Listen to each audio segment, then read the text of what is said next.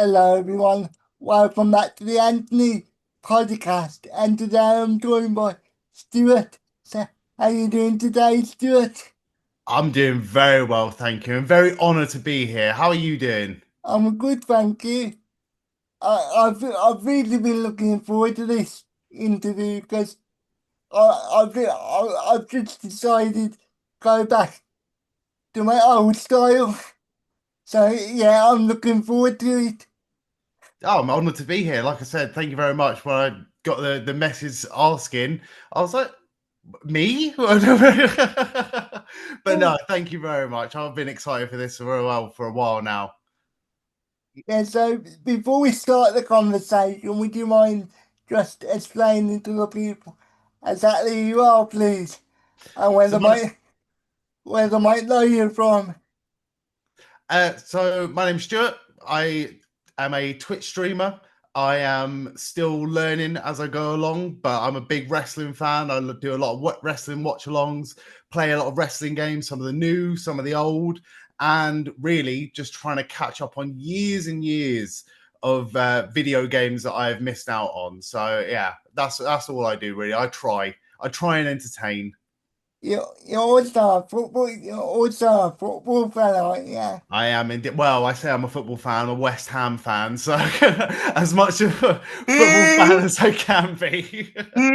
I'm a big fan of disappointment as a West Ham fan, but no, yeah, I do love football, and I create content as well. I'm doing some EAFC 25 videos now on the Hive YouTube channel. So it's an honor to be part of that, and I've been having just the most fun playing through a career mode in FC25 and looking forward to FC26 coming out as well.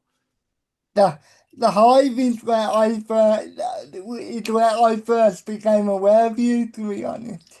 Oh, On wow. on your series, don't know fool, I think it's good. Yeah, I called it. Yeah, so basically, that that was me trying to preempt some haters, really, because the biggest footballing diss you can give to someone is you don't know ball, you don't know ball. So I was like, if I call it, I don't know ball, then they already know that. Then they already know that I don't know ball. That, that's the best way to do it. Yeah, yeah, exactly. So, but we take it back. What made you become a football fan in the first place? Was it to go into games with your parents or with a friend or something? I tell you, I was thinking about this the other day. I think football for me was always the constant. Like I started off doing content about wrestling because I'll always be a wrestling fan. I can remember how like where I was when I became a wrestling fan, but football has kind of been there for as long as I can remember. But I think if we're going to go for like earliest football memory, then it would have to be World Cup 2002, which was hosted in Japan and South Korea. And I can remember being on holiday, and I can remember being with my parents and my sister, and we were at this like holiday park. And they set up a big screen for all the England matches in the group stages of the World Cup, and just sort of like that sort of togetherness and that sort of community spirit getting behind like the national team. That's what made me sort of fall in love with football. But yeah, again, being an England fan, like, well, I'm still waiting for our win. I'm still waiting for us to win at some point. I, I, I, I think from the men's side, I think we'll be waiting a long time. Oh yeah, no, definitely. Like it's the women's football team that are showing the men how it's done at the minute, and it was an absolute joy to watch the England's women's football team win the Euros for the second time in a row. Like they're done us all proud. Let's hope we can carry that on. They showed a lot. They showed some real fight. Oh, massively, yeah. Like it's really satisfying to watch when you're watching a football match and you're following your team and your team is one down or two down, they manage to fight back and get back in the game. And they did that numerous times over the course of the tournament. And to win it in the way that they won it on penalties was it's just kind of perfect, really. Yeah. To, to be honest with you, I would really, I would really happy for. I think I can. I think Hannah Hampton, because obviously before the tournament, people were talking a lot of shit because Oh obviously yeah. Mary retired, and obviously people were saying maybe maybe Hannah's not good enough and everything like that. Yeah, yeah, and it's just satisfying to watch people like uh, prove the haters wrong, and it's satisfying to watch people do well. But it does happen though. You see it all the time in all sorts of sports. Whenever they get to like the big win, then a lot of players end up retiring, or a lot of players end up, or the whole squad changes. Then it can be difficult in that rebuild phase. So for them to just come back like almost renewed and then win it again, it was very nice. I loved it. Yeah, and sometimes as a manager of anything, it's better to have a rebuild while something still works rather than waiting till it all falls apart and then having to rebuild. Cause then the rebuild takes longer.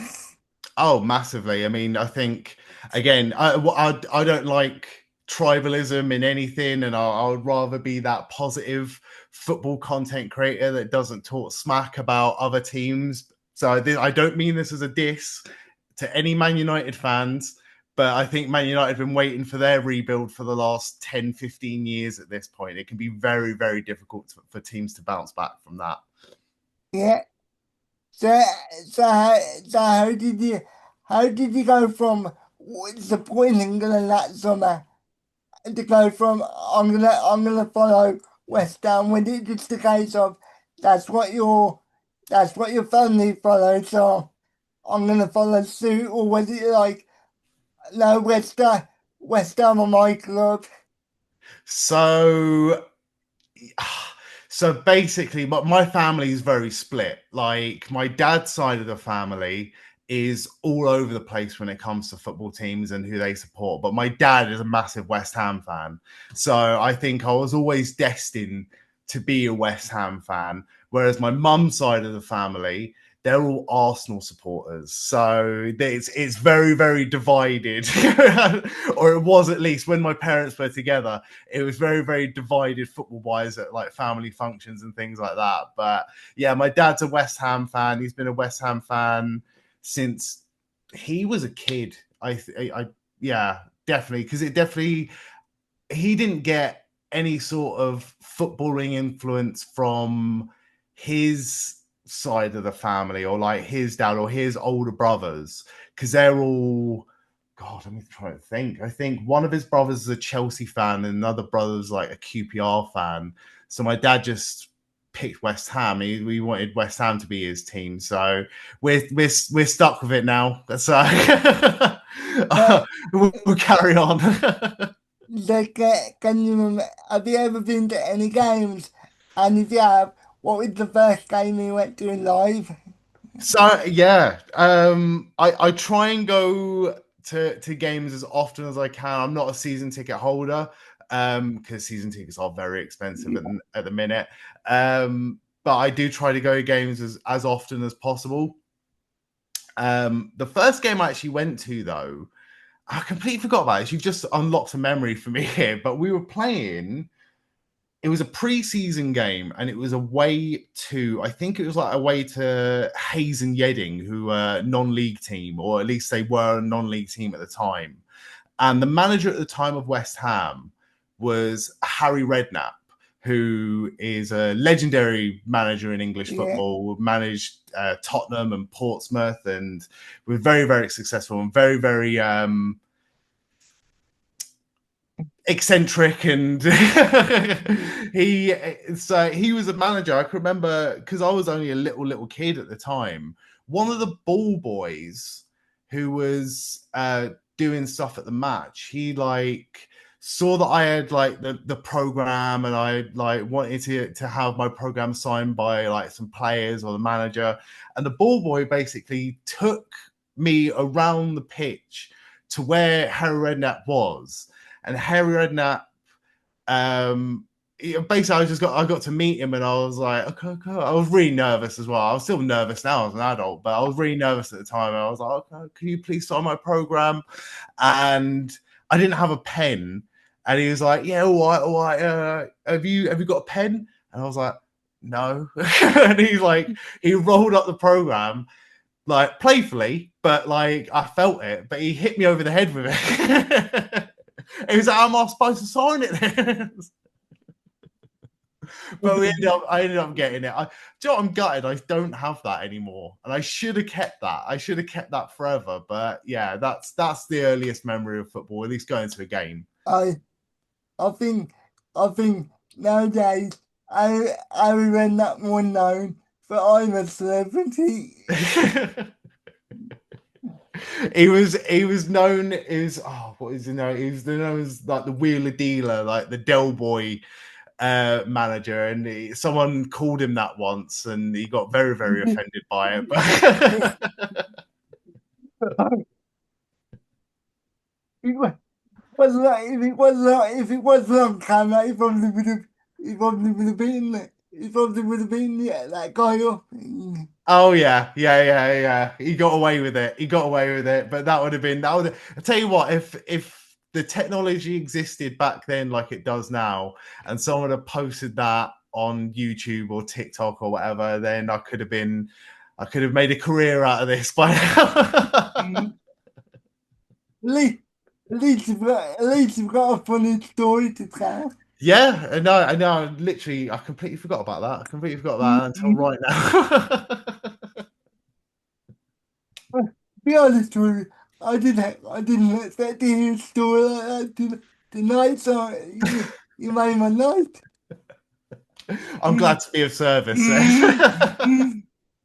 But with the Pacific player that really stood out to you at the time, or were you too young to really have like a favorite player or anything like that?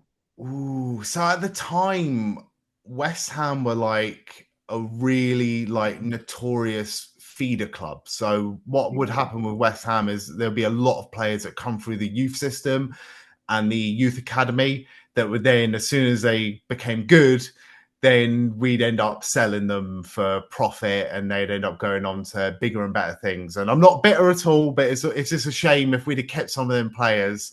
But I guess anyone that came through the academy that went on to bigger and better things, I remember a lot. Like I think Joe Cole. I think Joe Cole was probably one of my favorite players back then, because he was very flashy at a time when football wasn't a flashy game, and you didn't often see lots of skill moves, and you didn't often see lots of like step overs and people really like take it, especially English players. You never really saw English players apart from maybe Paul Gascoigne, but Paul Gascoigne was a little bit before my time.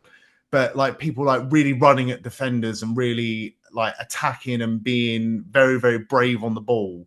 And Joe Cole was that player for West Ham, and he was exciting. He was just exciting to watch.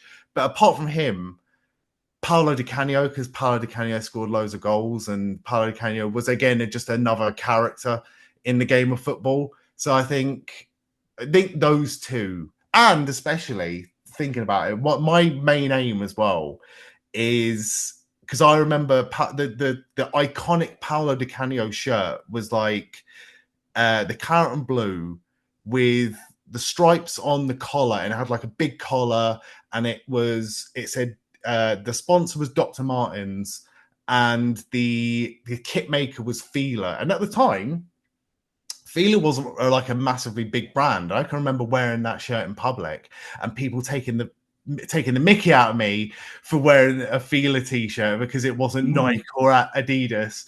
But nowadays, Fila's like a really big brand and really popular. So like my aim is to get one of them old shirts. I'd love to get my hands on one of them, but they're expensive now. I'm I'm I'm I'm really boring. I tend not to wear like t-shirts and stuff with any logos on or any writing on. I just prefer like different colour t-shirt. Like I wear shoes like I wear I wear branded shoes, but in terms of tops, I just prefer the colour different coloured t-shirts. I think I'm exactly the same as you because you can see me right now. I don't think this is a branded t-shirt, but yeah, I would much rather have a t-shirt that's like one of every color rather than having it like it doesn't need to be expensive. I'll be honest with you, I think this costs about £2.50. Like it doesn't. At least in public anyway. Like do you know when I'm going to bed, I do wear stuff with stuff on it then.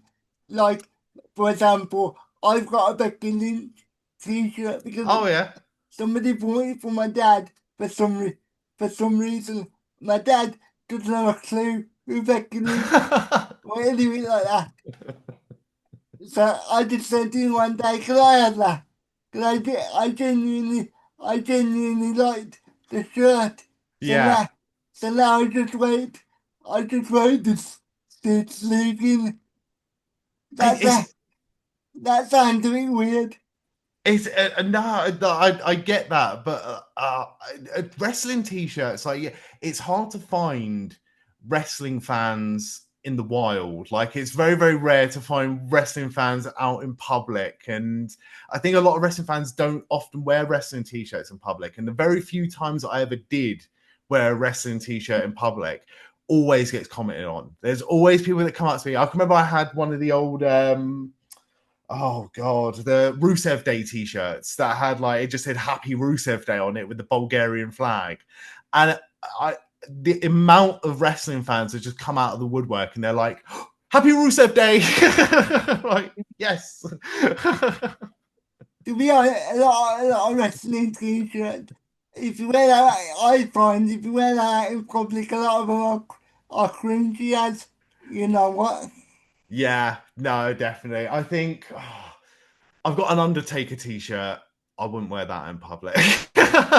It's because half of the time they say some weird stuff that you have to explain to people and then it's like Yeah, no, yeah, yeah no, I and then totally it's get like that. please don't think I'm weird. No, definitely. In fact, there was actually one person I used to work with who was actually Bulgarian, and he saw my T-shirt and he was like, "Oh, are you Bulgarian?" I was like, "No, I'm just a wrestling fan." So, so moving on to wrestling. How did you start becoming a wrestling fan? So again, I think it was through my dad. I'll blame my dad, right? Even though I'm the only person in my entire family that's actually a fan of wrestling. Like my sister never liked wrestling. My mum and dad, well, my dad doesn't like wrestling. My mum hated having wrestling on because I was obsessed from the moment I started watching it. But I can remember when I was a kid and this is show how old I am, but when Channel 5 came about and became a thing, they started showing a lot of the boxing, Yeah, so I started watching a lot of boxing. As a kid, I think I was like 5 or 6 years old, and it was just I reckon it was because my mum and dad were probably a bit worried about me being young and just watching people punching each other in the face.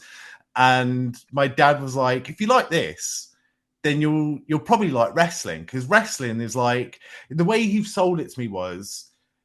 It's like boxing, but when someone bleeds or when someone gets hurt, the referee doesn't stop it. And I was like, I'm interested. That sounds cool. And he was like, there's this character.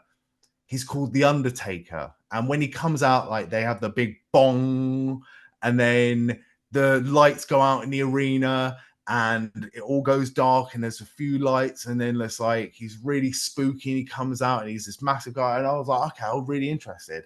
But then I started watching wrestling. The only wrestling that was available to us at the time was WCW Worldwide, that aired on a Friday night at 8 p.m. I think it was 8 p.m.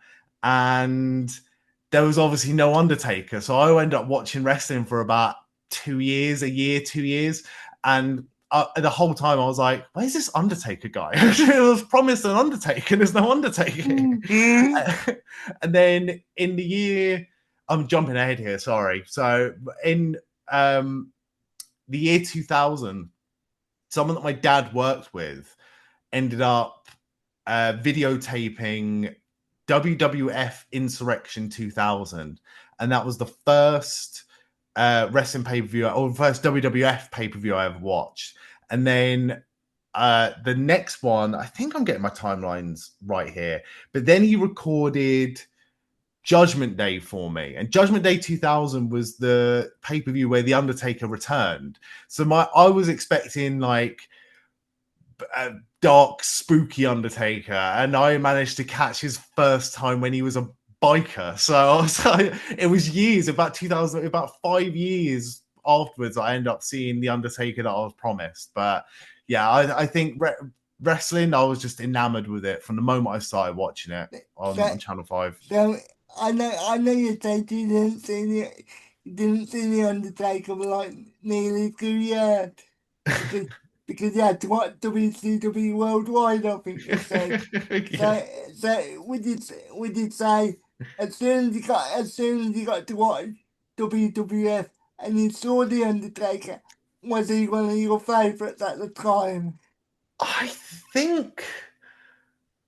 Oh, that's a really good question. I always remember my favorites. I wouldn't say he was. Undertaker became a favorite of mine for sure, but Undertaker became a favorite of mine in like 2002, 2003 when he cut his hair, but he was still the biker. I really enjoyed that Undertaker, like especially like when he had like the ladder match with Jeff Hardy, and he had feuds with Jeff Hardy. He had matches with Rob Van Dam as well. I always just really, really liked the Undertaker and his presentation. So Then, I don't mean to cut you off. So no, go on. when he was the griddle veteran on Yeah, TV. yeah, yeah. The first time he was a grizzled veteran because he was doing the grizzled veteran stuff in 2003. He didn't end up retiring for another like 10 years. Hmm. So as you mentioned, for the first 2 years, we were in the advent WCW Worldwide. So did anybody stand out to you on Worldwide? Yeah, and it's people are going to disagree with me, and one of the things I love about wrestling is that people have differences of opinions, and that's what makes it so good, is that there's always something for everyone. But I know that no a lot of people aren't going to agree with me on a lot of things when it comes to wrestling. But I can remember Sid Vicious being one of the first like big imposing people in WCW that I was like, that guy's cool. Or that guy's different. Like he was just a bit of a scary dude. He was very intense. But I will always be a fan of Sid Vicious. Kevin Nash as well. Kevin Nash was a wrestler I just thought was really cool at the time. And his entrance music, when it was the Wolfpack entrance music, was just I will always love that. But I think one of the ones that a lot of people are going to agree with me on is Rey Mysterio. Like when I was watching Rey Mysterio in WCW, he didn't have the mask on.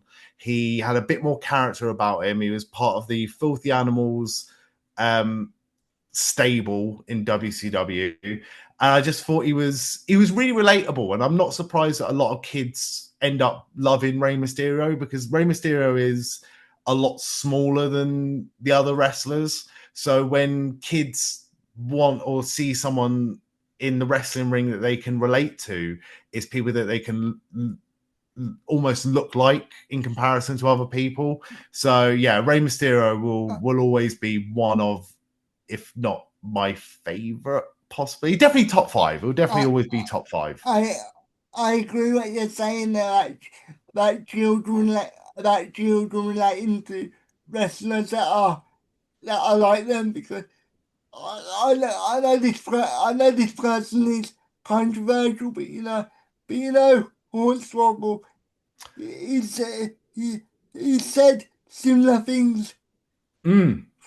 Yeah, no, he Yeah, has, and I really like just trying to think what's his name, Dylan Postel, or I think he goes by Swoggle on the independent scene, yeah, but he seems like just a really good dude, and yeah, what he says about like being there and be like not wanting to be a role model, but like having that responsibility of people will look up to you because of like certain things, whether it's like the way you look or the way you talk, the way you act, or where you're from, or your past histories.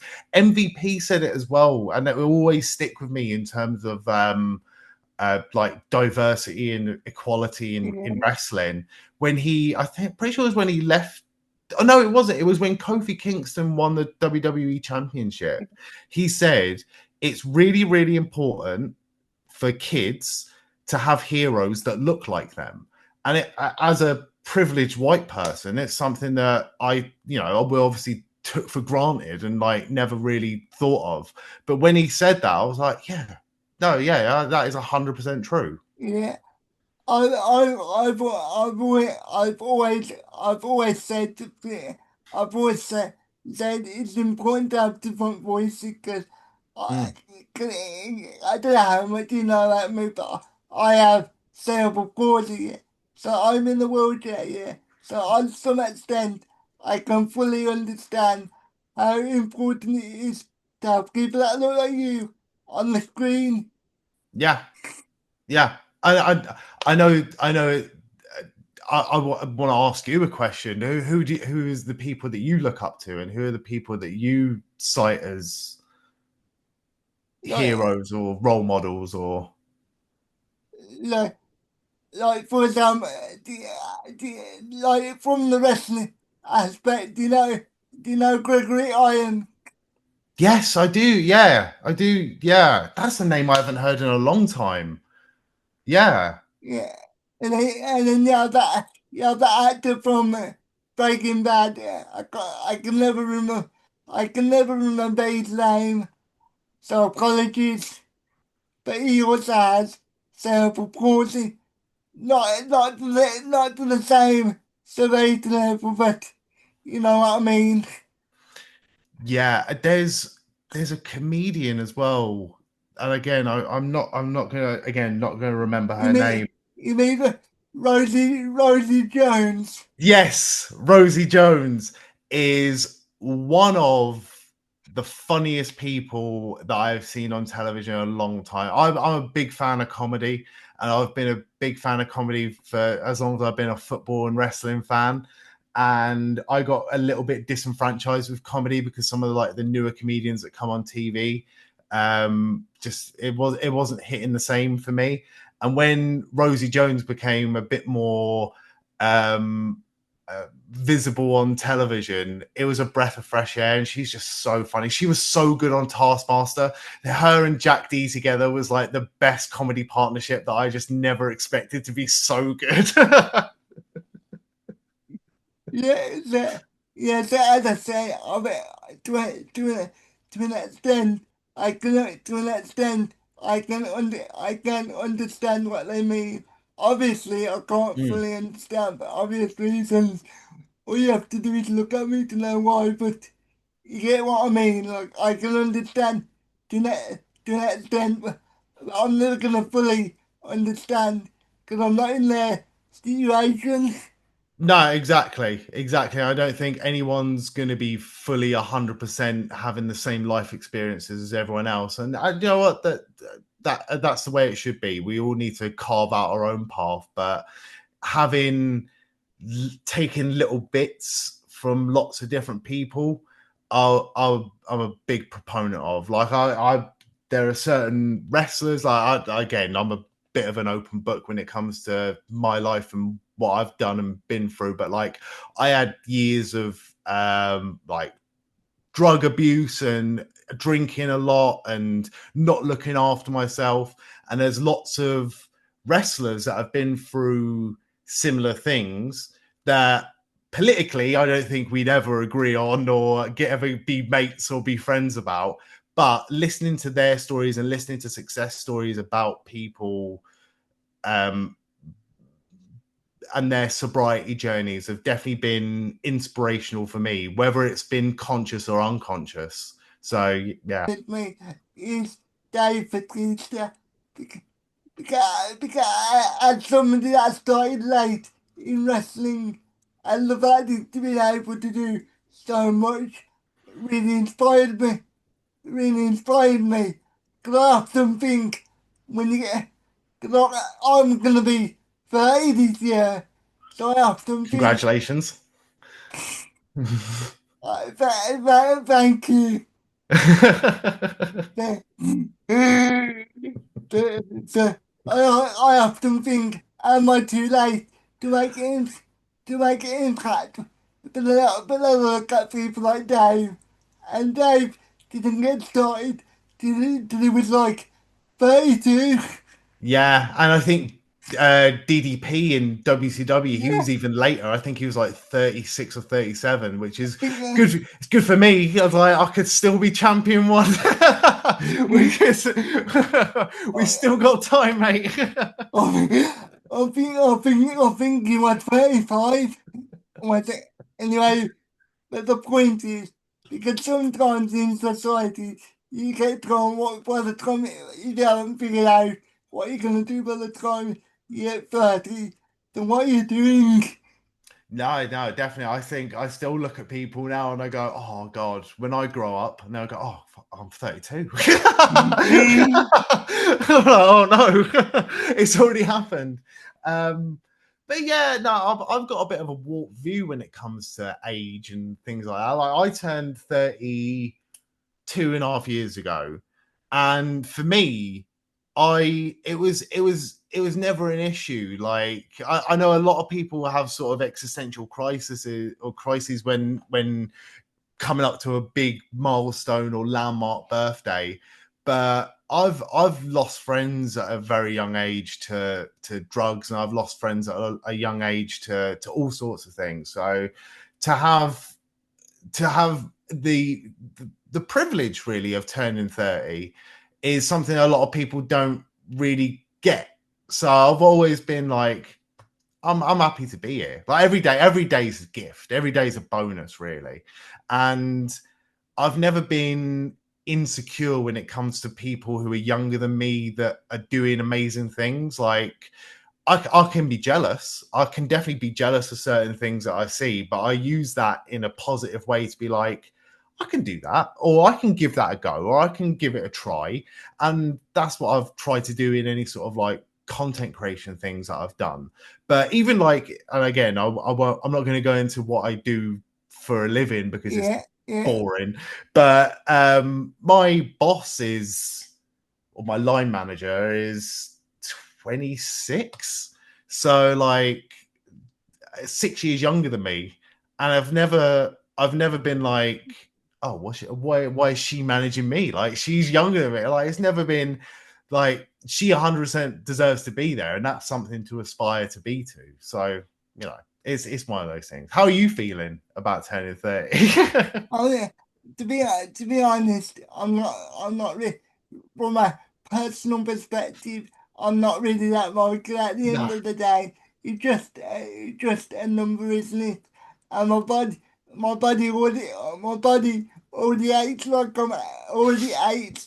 I'm 80 anyway. So, Another year's not gonna hurt. Like no, exactly. but I do think like from a creative perspective and like from a content perspective, yeah, because sometimes I get the feeling that if you're 30 plus doing social media, you're almost made to feel like what you do with your life, Mm, yeah, I especially. know.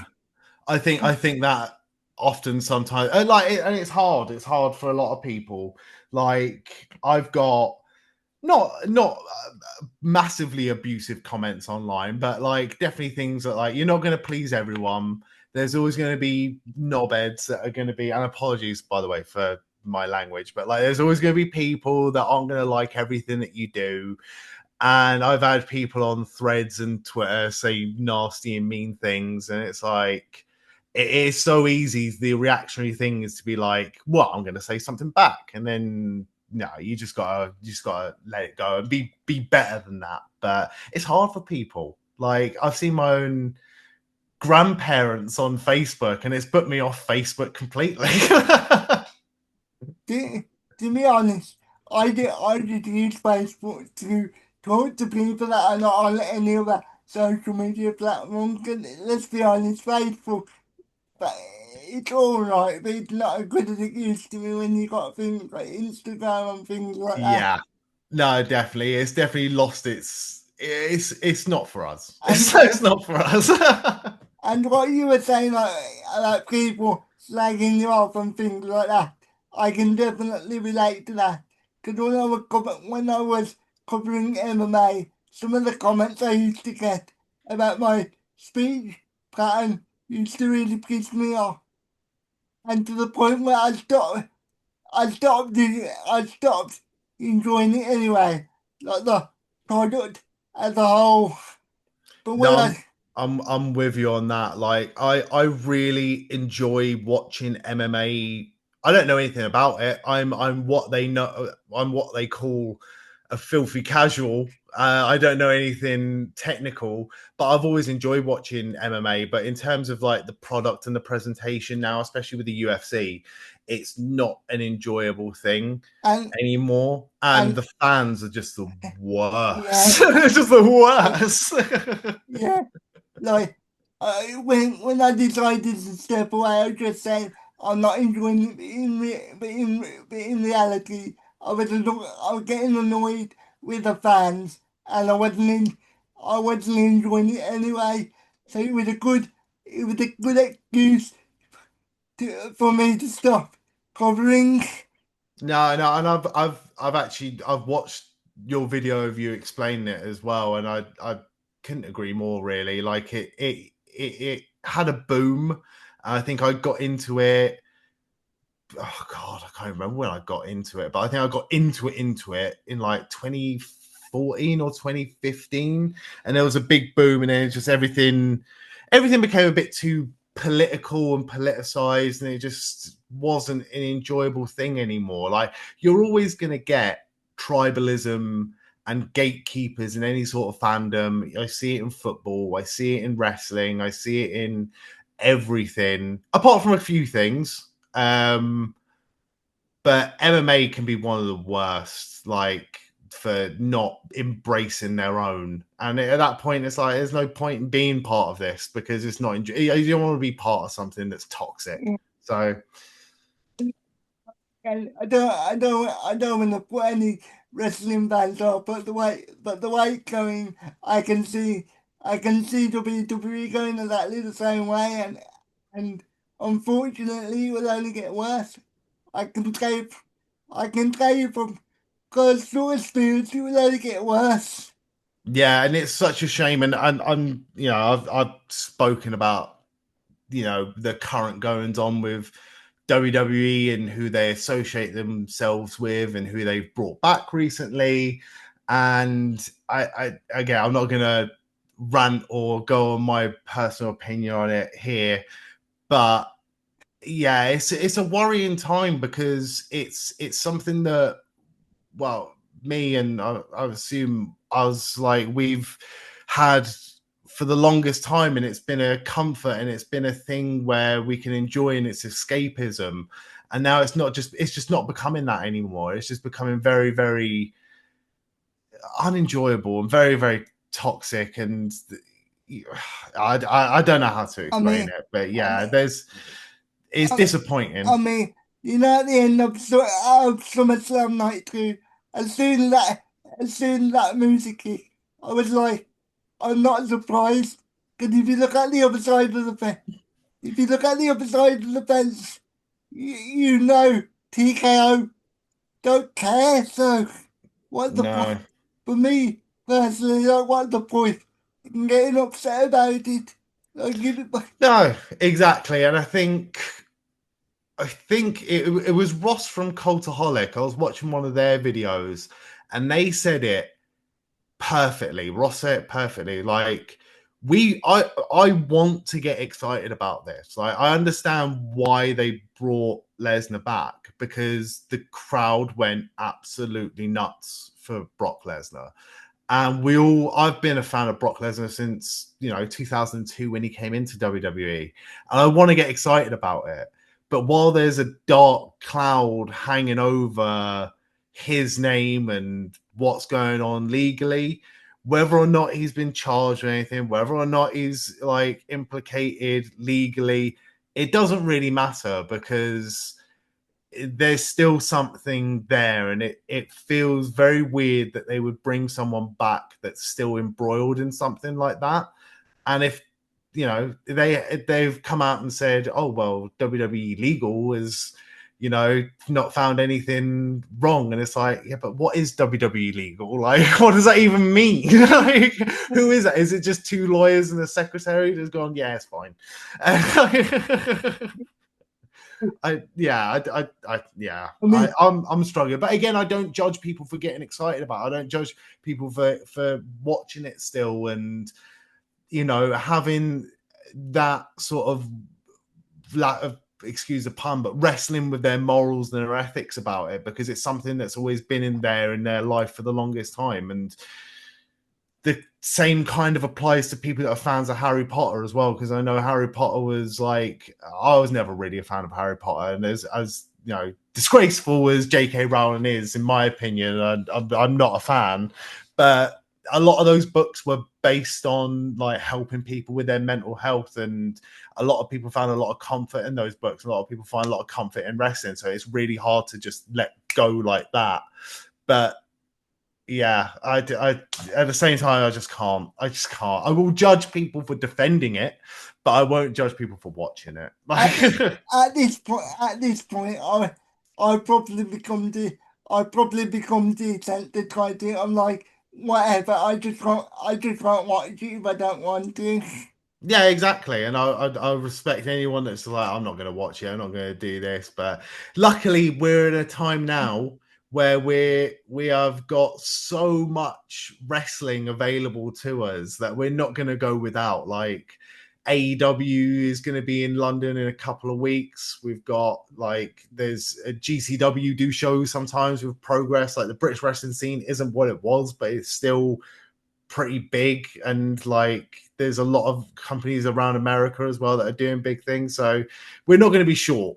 If anything, there's too much wrestling, right? The last, last thing I want to say on this topic is if you're happy that Brock Lesnar back, then just enjoy it. Why are you gonna waste your time arguing with people that Yeah, that clearly not happy about it? But my point is, if you want to look at it like this, you've clearly got what you wanting. So why are you gonna waste your time arguing with people? Just enjoy the ride if you enjoy it. yeah. No, I do you know what, you've absolutely hit the nail on the head there, because there's so many people that are bad winners about it, and then bad winners about everything. It's like, why are you being like this? You won. You won. But going, going back to your story. So how did you decide one day I'm gonna start streaming?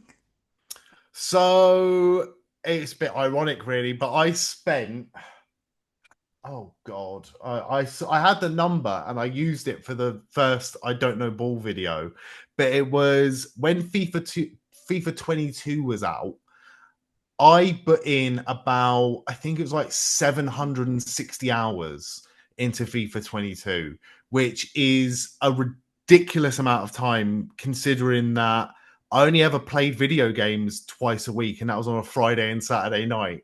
So I must have been caning it for about 15 hours a day on average. But I was like, I need to play something else. I need to play something different here.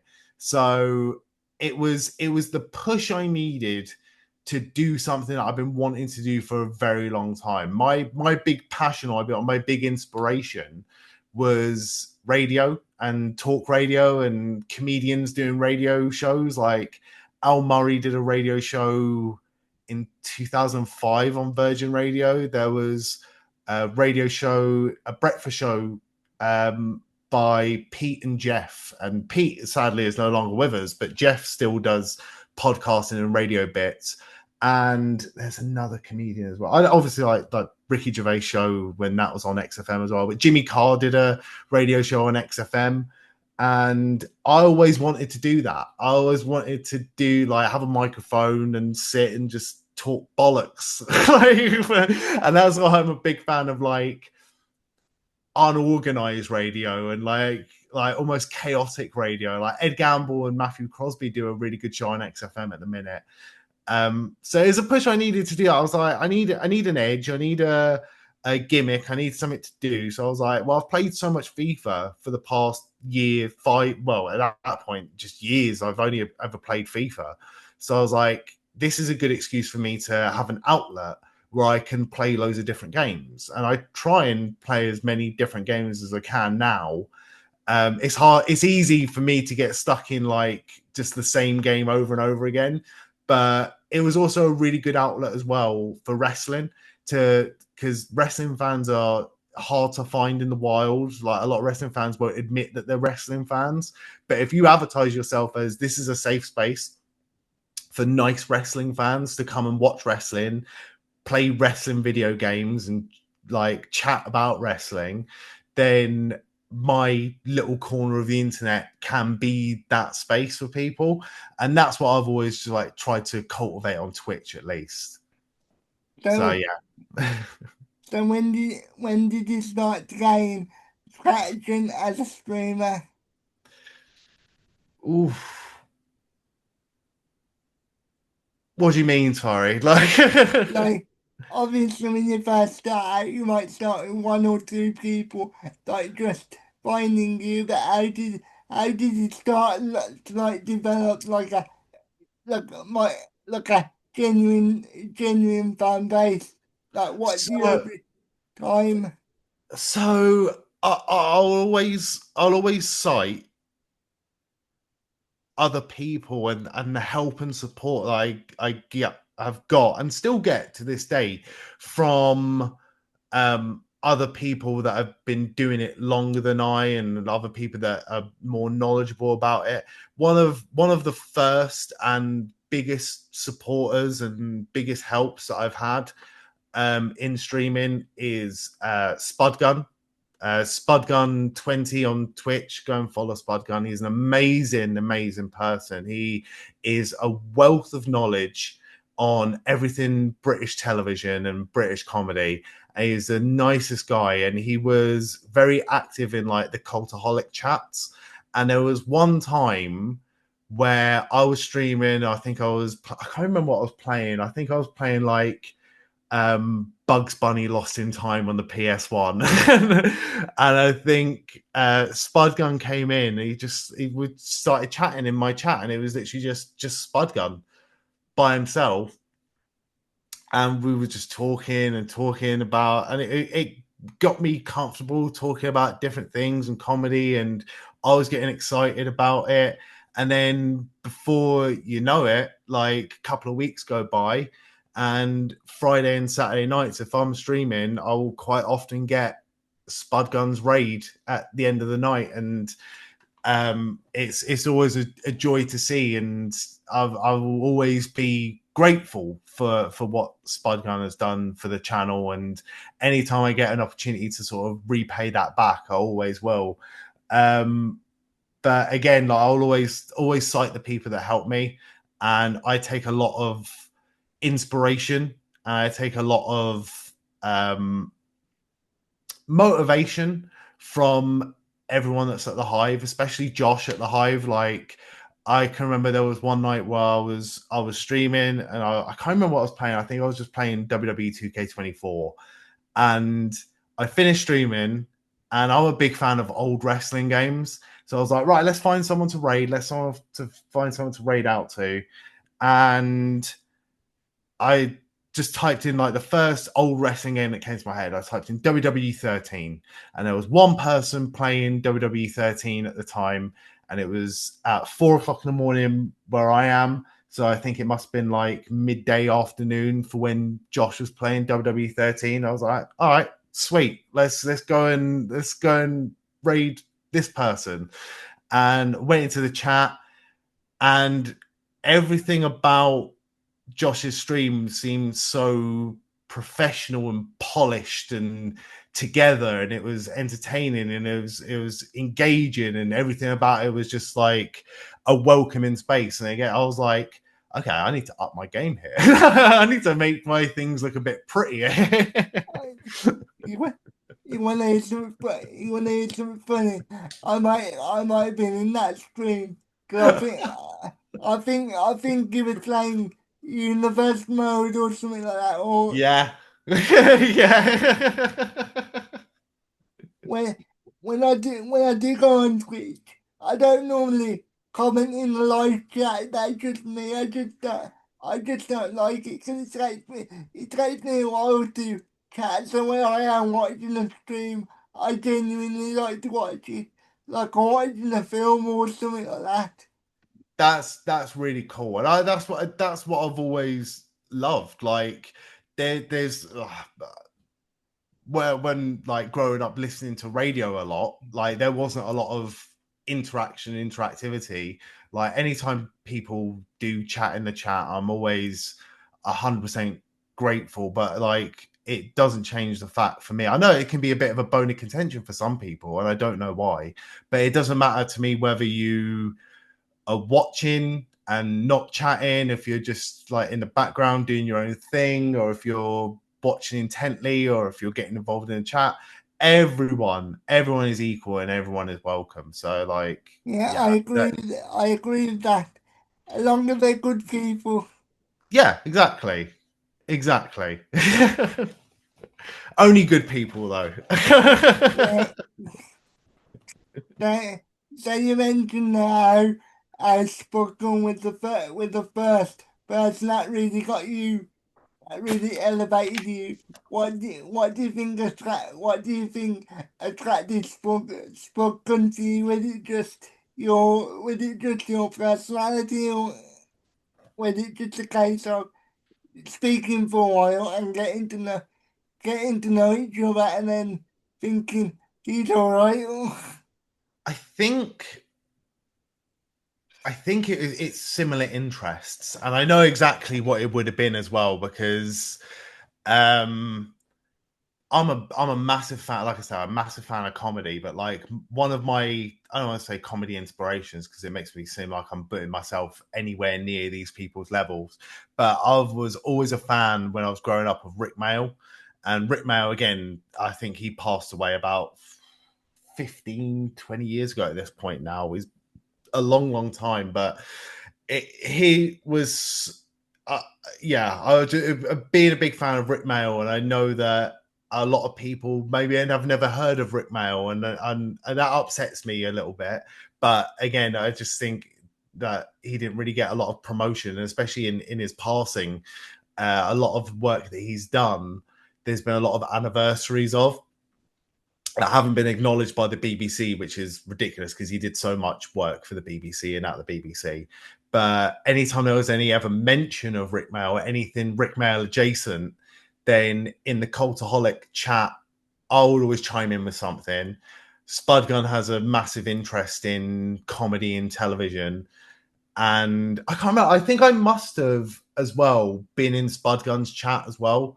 Because when I found out Spudgun streamed and watched a lot of old British TV, that was my era of British TV as well. There was a lot of things there that could be relatable to. I always try to not promote my stuff in other people's things. It's out of respect. If I'm in someone else's chat, I won't be like, oh, I stream as well. I do this, I do that. But I don't know how he found out that I streamed, but he turned up one day and I was like, oh, I was like, what are you doing here? Actually, I did this. Ima- imagine comedy. I used to love Chuckle Brothers and Only for the Horses. Oh, I love Chuckle Brothers. Chuckle Brothers is one of those things as well. They were around for so long that they span so many generations of children and children's entertainment. Like I'm 32. There are people like in their early 20s that know who the Chuckle Brothers are, and there are people in like their late 40s that know who the Chuckle Brothers are. They were just always a constant, and they were just so good as well for something that basically had, you know, one joke. They did it so well. Like, I don't think you could do that sort of thing today just because I don't think people see the appeal of it. No, They will be like, okay, you've done that joke already now. Can you do something else? yeah, we live in an era of like constantly churning out different things. We're very I feel very lucky to have been around while the Chucker Brothers were big. What about only for the Lord? Did you I'm like that or not really? I'm so happy, Anthony, that you have mentioned Only Fools and Horses, because again, I don't know where I'd put any like shows that I like on a top five, because it would always constantly be changing. But Only Fools and Horses might be one of my earliest memories as well. And it was definitely one of my dad's favorite comedy shows, and one of my dad's friends who I get a lot of like taste and inspiration from. Only Fools and Horses was. Only Fools and Horses is one of those things where I could watch any episode right now and get into it. There's not a single episode of Only Fools and Horses I don't like, and I know a lot of things from that era have not aged Yeah, particularly well. I was gonna say that. But looking at it through a lens, I love Only Fools and Horses. Every time I think of only for the naughty, I have to add a look. I have to add a little caveat that Yeah, most, that most of it has not aged wow. But no, because it was such a big part of my childhood, I can still watch it now and get a couple of laughs out of it. yeah, 100%. I don't. I think it's definitely one of those shows where there was nothing malicious about it. There was nothing malicious about it, and if you're looking at it from 2025 perspective. yeah, like when it came out, it even wasn't like that bad. Like I'm not a big fan of comedy that punches down and like doesn't have a purpose and is just offensive for the sake of being offensive. But there are obviously like certain bits of subject matter that were in Only Fools and Horses that you wouldn't be able to do now for a number of reasons, mainly because it's not relevant now for the most part. But eh, a lot of British comedy, the protagonist, the main character, is not an inspirational or aspirational person. It's not someone you want to be. No one wants to be Del Boy. No one wants to be Alan Partridge. No one wants to be David Brent. They're all people that you look at and you laugh at. So even though the character of Del Boy was pretty sexist and pretty like misogynistic and very like up his own arse, the main character arc of that character was he went through that era of his life a complete failure.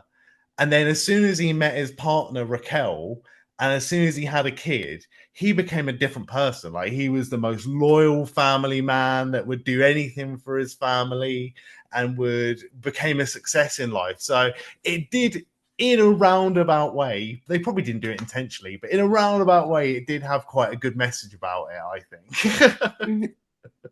with with all due respect, like, I think you're doing a lot. I think you're doing a lot of retrospective gloss, Yeah. gloss in there. I don't think that's what I intended at all. I think, No, they got lucky. and another thing, I think that you're forgetting. You know when they became millionaires, yeah. Mm. In one of the episodes, yeah, you could tell, was it really? You could tell Dow enjoyed the ch- enjoyed the chase. Oh yeah, definitely. I didn't realize that at the time, but that is a really good point. A really good point, because like you obviously you see that and you want them to be that success where they do end up making it big. But it was only years afterwards when I watched. spoilers, by the way, for anyone that hasn't watched it. Like after they become millionaires, when they brought it back a few years later, it starts off with, oh yeah, and they lost it all. They lost it all on the stock market, and then they're back to being how they were. And like everyone around, like every other character is like pretty like annoyed and upset about it. Whereas Del Boy, like you said, he's almost excited. He's like, right, let's get back to it then. And it's like you have to appreciate that, like that positivity. It's, and sometimes the biggest wins can end up being the biggest, sometimes the biggest losses can be the biggest wins, if you know what I mean.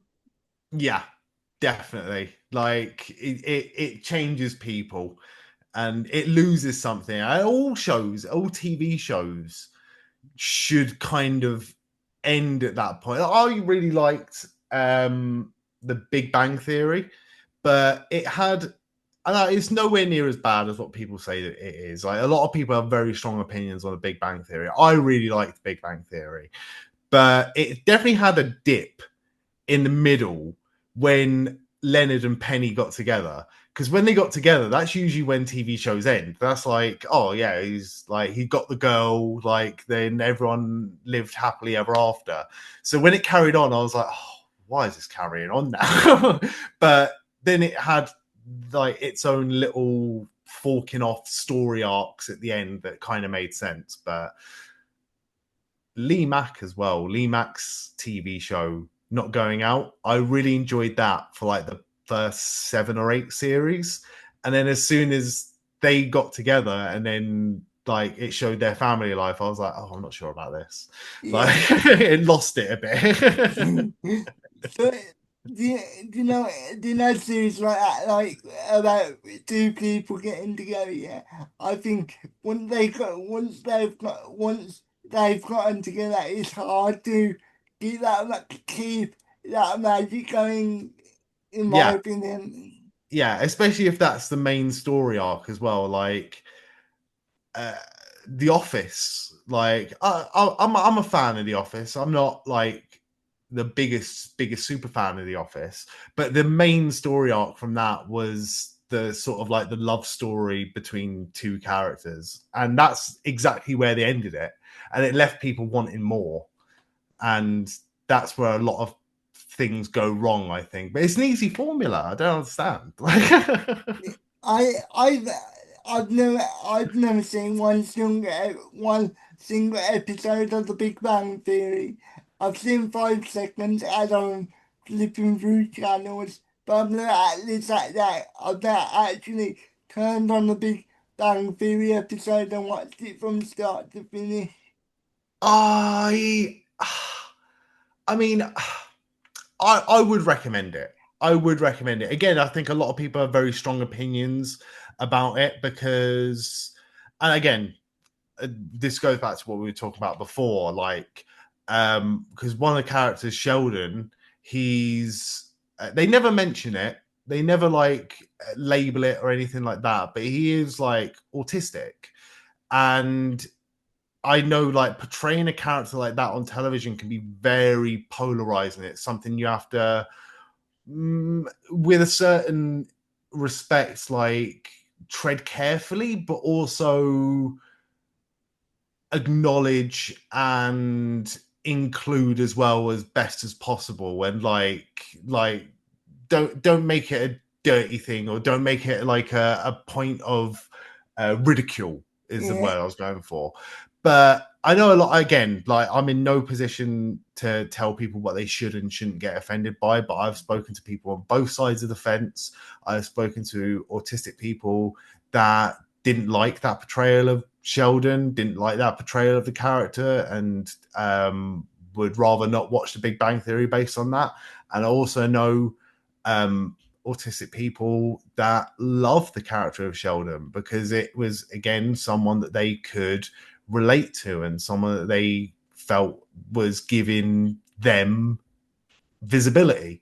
And I will always respect that. But I can only speak from personal experience. I really like the Big Bang Theory, but it's not for everyone.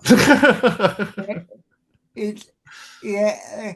like ironically, I've seen more of young Sheldon than I had the actual Big Bang, Mm. and that's obviously the prequel. Is that the prequel to the Big Bang Theory? Yeah. I really like Young Sheldon. I haven't. Do you know what? I'm so behind on so many things because I feel like I don't find the time to do things or watch things anymore. But yeah, I think I got to series 4 of Young Sheldon. I really liked it. I really enjoyed it. I need to watch that again.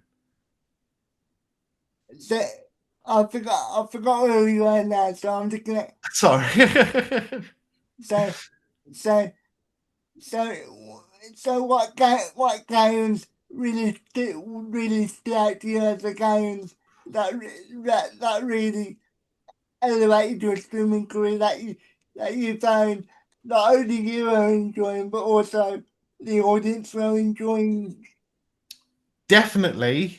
And this is what makes it hard, really. But like, definitely the thing I like at the end of the day when I do streaming and when I'm on Twitch, my first priority is that I'm having fun. Like if I'm Yeah, not of doing course.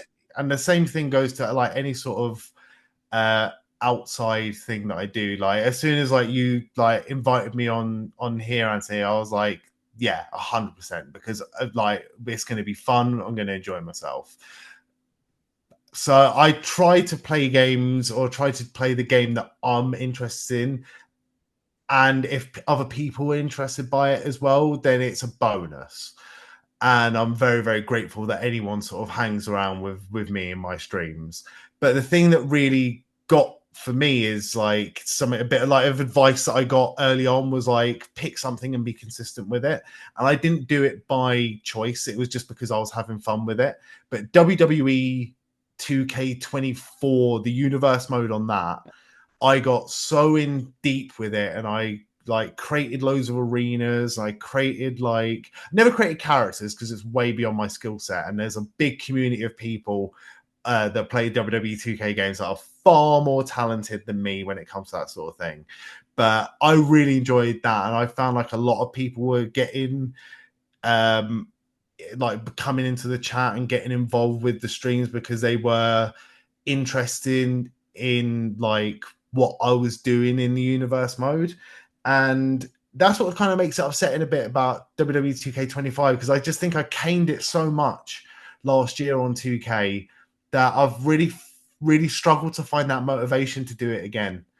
And I feel like that's a bit of a shame. But I do like the fact that people have come in and got interested in different things that I do, like especially the retro wrestling games. Like a lot of people come in and like because it's like nostalgia for them and it's nostalgia for me, and we get to talk about old wrestling and like my childhood wrestling and other people's experiences. So a lot of the old WWE games, a lot of people come in for some of the older PS1 games that I played as well, like Toy Story 2. Toy Story 2 might be my favorite film and my favorite video game.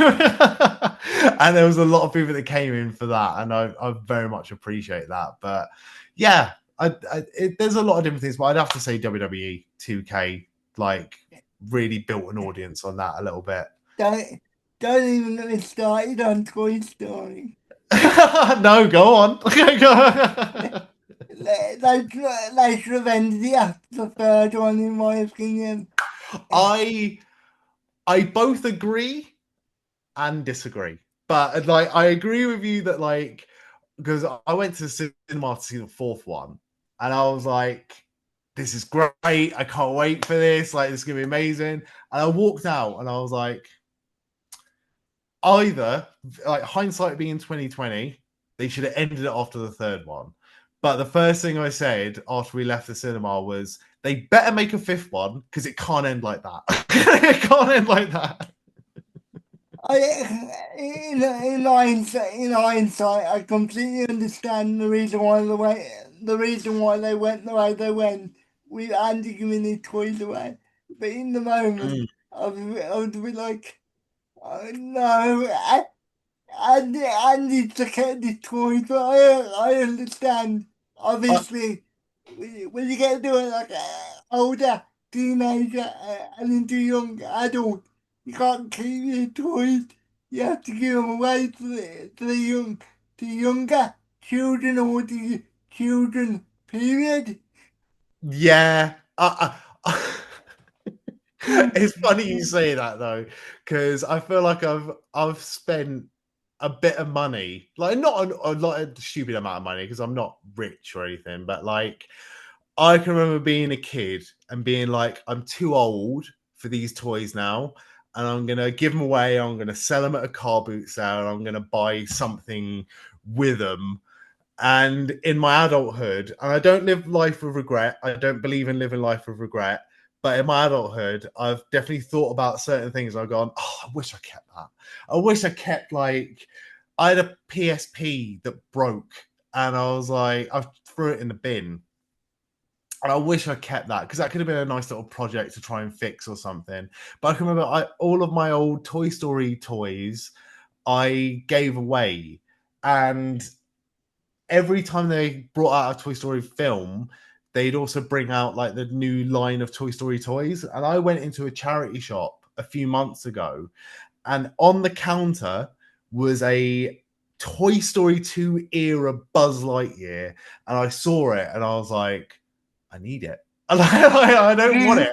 I need that. And then I said to the guy behind the counter, because I knew, like, I don't know if it's worth a lot of money, but an old toy like that in a good condition is worth something to someone, and it was definitely worth something to me. So I just said to the guy, I was like, "How much for the Buzz Lightyear?" Because I only came and went in for a book, and he said, "We haven't tested it, but £1.50." And I was like, "Yeah." So it's in my kitchen. Why do you indicate it would look good in the setup? Because I do need to bring it in. There's a couple of things that I need to do. It's just sat on the side for ages, but I've needed to like clean it. Like there's a bit of like when you put a sticker on something, it's got like the gunk and like sticky glue stuff on it. There's a bit of that all over it, and I need to get a bottle of like solvent and just clean it up a little bit. But once it's clean, it's gonna go right there. Mm. And, and from what I heard, they're planning to do number four, number five. Sorry, I should say not four, five. Yeah, I think number 5 is coming out.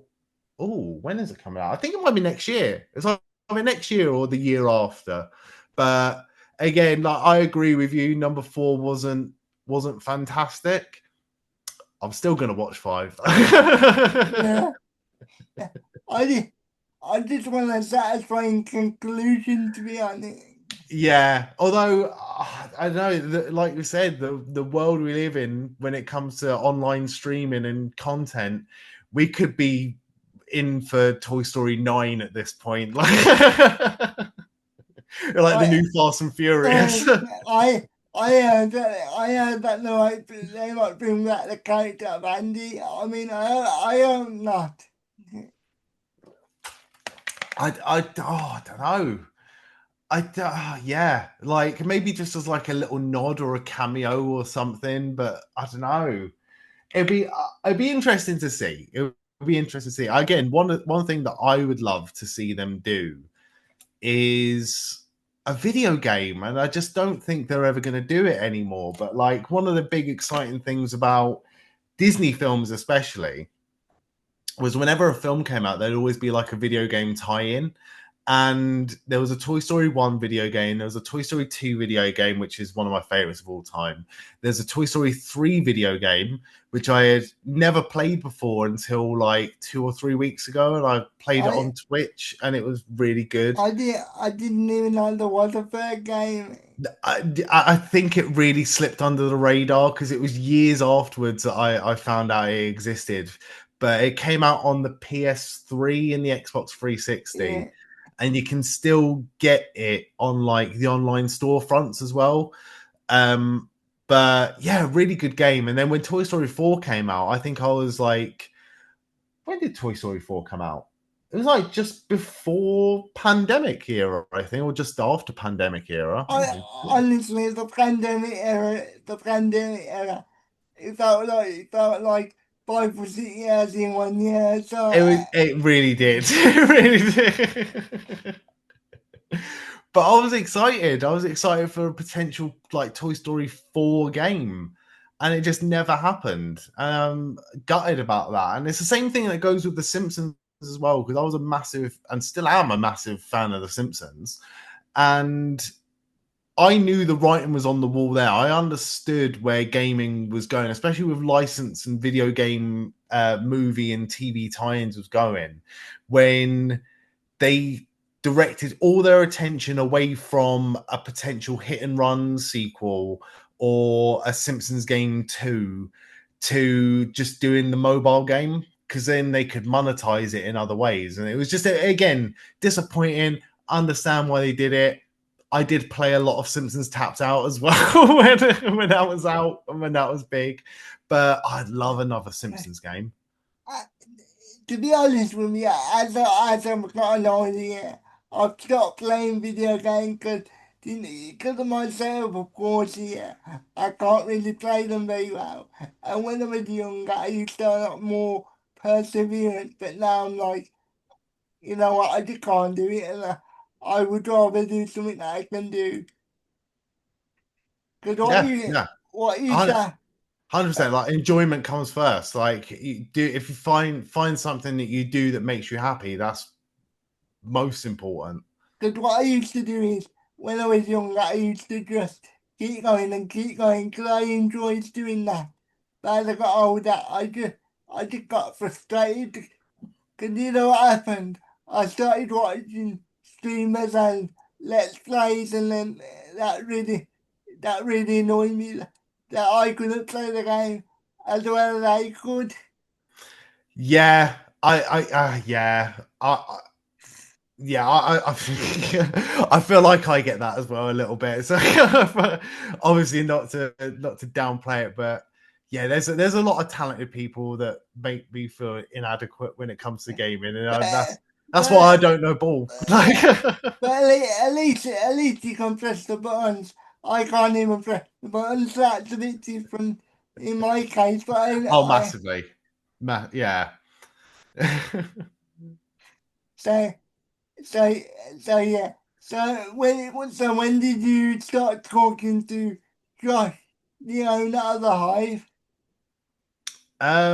Yeah, I think it was when it was when I raided and went into the chat, and I was like, this is a nice community of nice people and good people with similar interests as well. Because I remember being in that chat and the topic of conversation was wrestling music and different like wrestling entrance themes from like the early 2000s.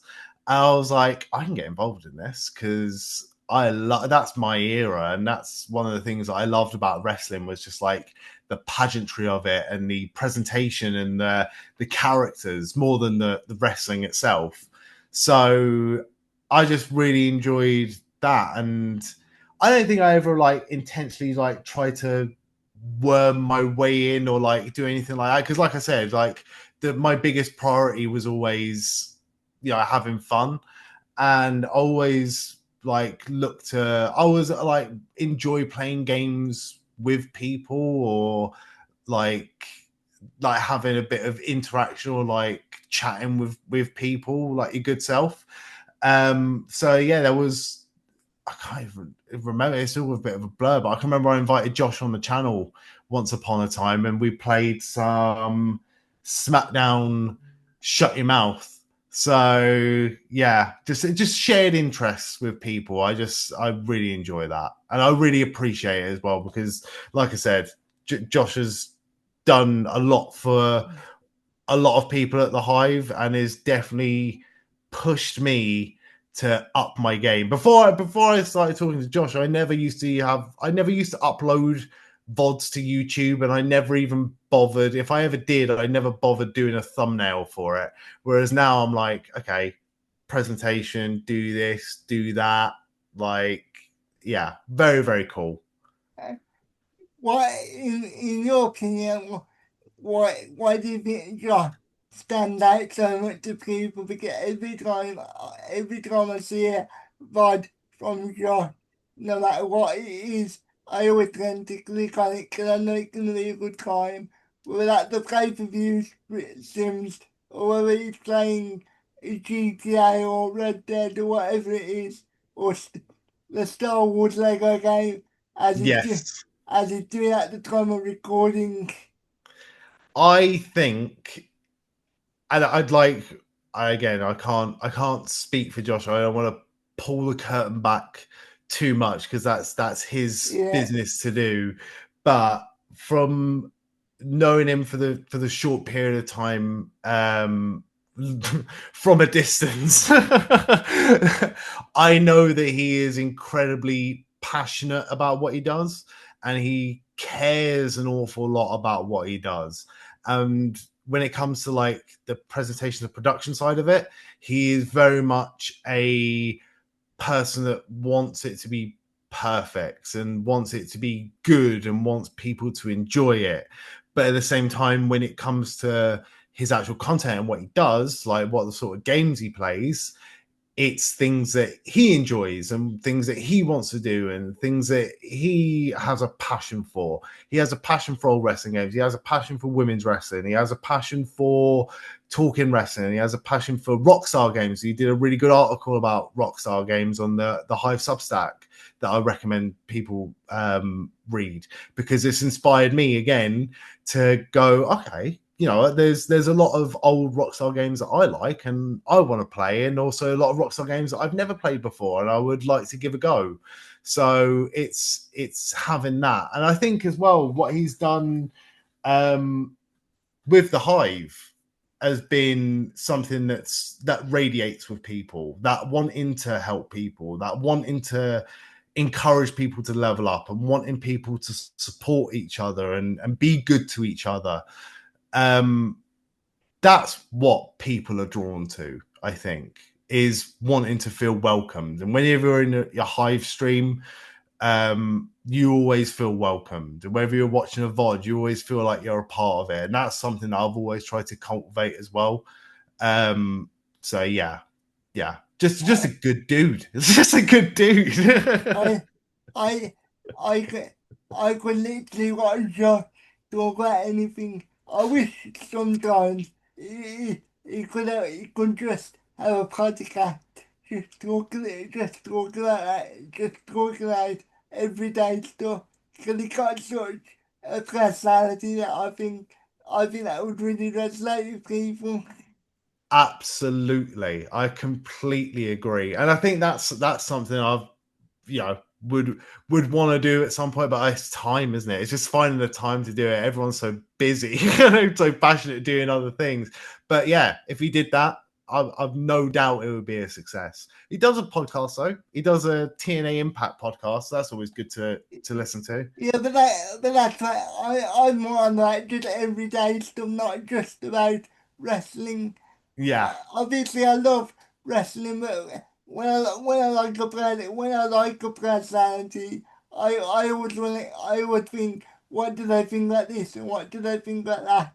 You know what I mean? Oh, 100%. 100%. There's a guy that I've been a fan of for a very, very, very long time. And I would actually cite this person as well as another big inspiration when it comes to content creation, just because he does so many different things. And his name is Pete Donaldson. He used to be a co-producer or producer or like a co-presenter on the XFM Breakfast Show in 2008 when Alex Zane was hosting the breakfast show. And then that only lasted for about a year and a half. And I can remember it just sort of resonated with me, like, because he was very entertaining. He was like a different little like dynamic to that show. And then years later, something popped up on my, I think it was like iTunes podcast or iTunes at the time or something like that. But it popped up a football podcast called the Football Ramble.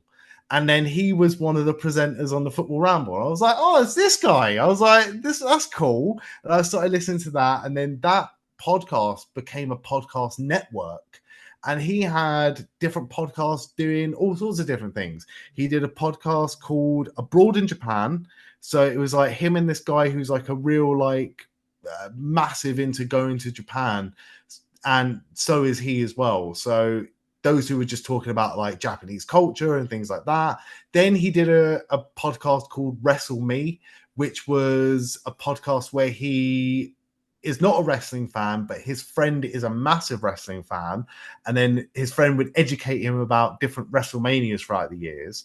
And then after that, he did a podcast with another guy, but they, like you said, they didn't talk about anything. Like it wasn't like a themed podcast about anything. It was just them talking about fun facts or what they'd done throughout the day or like just like little observations here and there. And it's a nice little 20, 30, 40-minute listen to of a day, and it comes out twice a week. It's called the Luke and Pete Show. And he owes me now for all this promotion I've given. Big I, fan though. I'm gonna say, I hope the all right people. Get me in there. But the one thing I would say about your the only downside I would say for leaving me anyway, because I would love to get him on the show, but the Australian times kill me.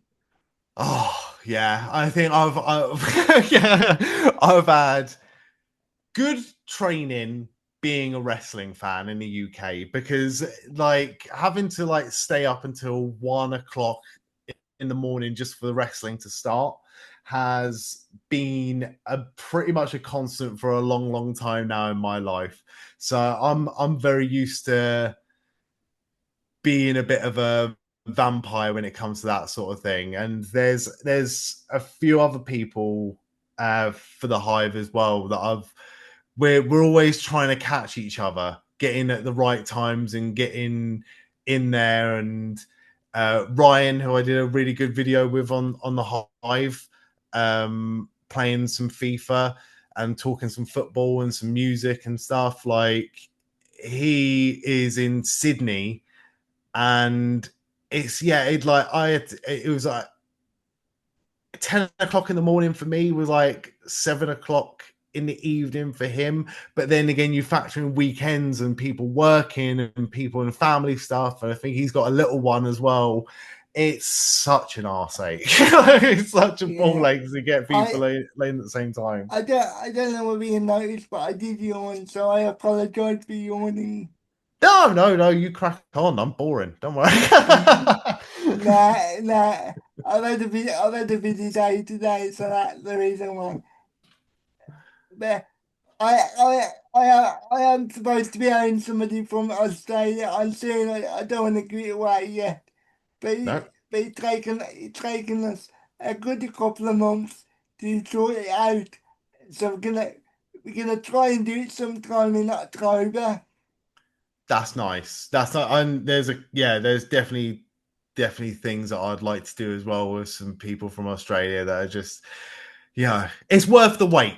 It's worth the wait. It's Yeah, worth the wait. I was very lucky getting Josh on my channel, that he doesn't mind getting up super early and I don't mind staying up super late. So it was become like a midnight start for me was like a 10 o'clock in the morning start for him. So it was just, it worked out perfectly. It was like, yeah, it's fine. Yeah, just come on whenever. But we're hoping to do something with Josh soon with the Simpsons Road Rage. But yeah, it's just, again, finding that time. So it will come eventually, though. It'll be worth the wait. the, the, going back to an earlier portion of the interview. So who are some of your favorite wrestlers now that you're supporting? Now I am a big fan. I've always been a big fan since, well, not always, but when she came into WWE, I was a big fan of Asuka in NXT. And I think Asuka's presentation, the music, the face paint, the everything, like the personality that she brings to it, and her in the ring looked like she could legitimately do some serious damage to people.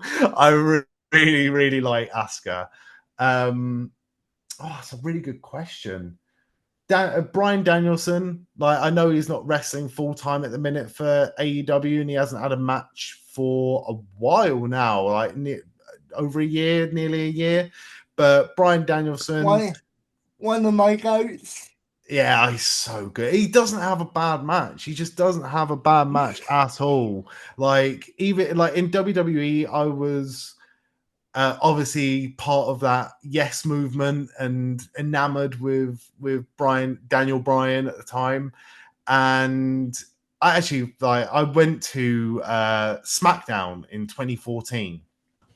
My cousin got tickets to SmackDown, and it was the SmackDown. It was the UK tour after WrestleMania 30. So Daniel Bryan had just won the undisputed WWE Championship, and my cousin ended up getting tickets to Raw as well. And he was like, "We're going to Raw, and I don't really have any use for these SmackDown tickets now. So do you want these SmackDown tickets?" And I was like, "Yeah, yeah, of course."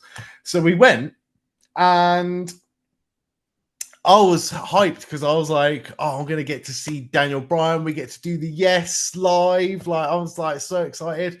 He didn't even turn up. Daniel Bryan was the big name selling point for the Raw, and on SmackDown we got Hulk Hogan, and he got booed out of the building. I I've started watching a bit more AEW now as well, but I really, really like as soon as he came into the fold in AEW, I was immediately enamored with Swerve Strickland.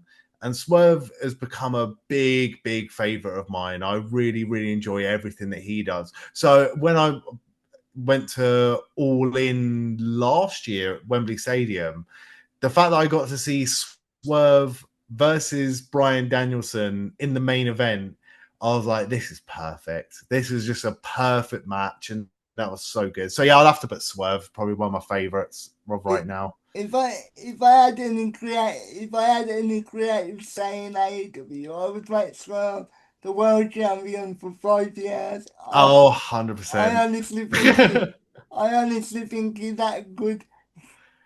Yeah, and he had a really, really, really good title run. Like it's hard as well for he's I've seen it for years in wrestling that wrestler's first title reign is very, very difficult. Like even Adam Page, his first title reign was very, very difficult because it was everyone loved the chase, everyone enjoyed the chase to that Yeah, belt, and then as soon as he had it, it was a bit, oh, I don't know if he can carry it, and then he ended up losing it. I think he lost it to CM Punk as well.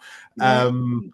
But yeah, now that Adam Page has his second world title, he's a proper megastar. He's getting some really good reactions. He's having like some really good segments in wrestling. But Swerve, his first title reign was pretty bang on perfect. And I think it ended at the right time as well. To Brian Danielson in Wembley Stadium with his wife and his children at ringside as well. It was a really, really cool moment. It was a really cool moment to be a small part of, but it was really, really cool moment to be a part of. But yeah, I agree. I'd have Swerve win that back. And, Like, and going yeah. and going back to Hangman, from what we've heard and from what we've seen about Hangman, he seems like a lovely guy as a He whole. does. He really does. Like I know it has like nothing will ever be in wrestling, but like nothing like it would never be like fully front and center, but like having like a bit of mental health awareness in the presentation, having like pride flags part of presentation, it means something to people and it's Yeah. important to people. And it's really, at this point in time, AEW that are really flying the flag for that on a national and international level. So I'll always appreciate AEW, even when they have their down times and downswings in product. They're always there, not to disappoint us. And another wrestler that I really love in AEW at the moment is Will Ospreay. Yes. Yeah. Again, can't have a bad match. You just can't have a bad match. My plan, or my hope, I say this every year actually, but I really want one of them Will Ospreay t-shirts and it just says Brov on it and it's like the football t-shirt. I really want that. And every time I go and have a look at it, it's well expensive. It's like 70 quid. I'm like, maybe not. That Maybe not today. that the only thing I don't really like is all the props.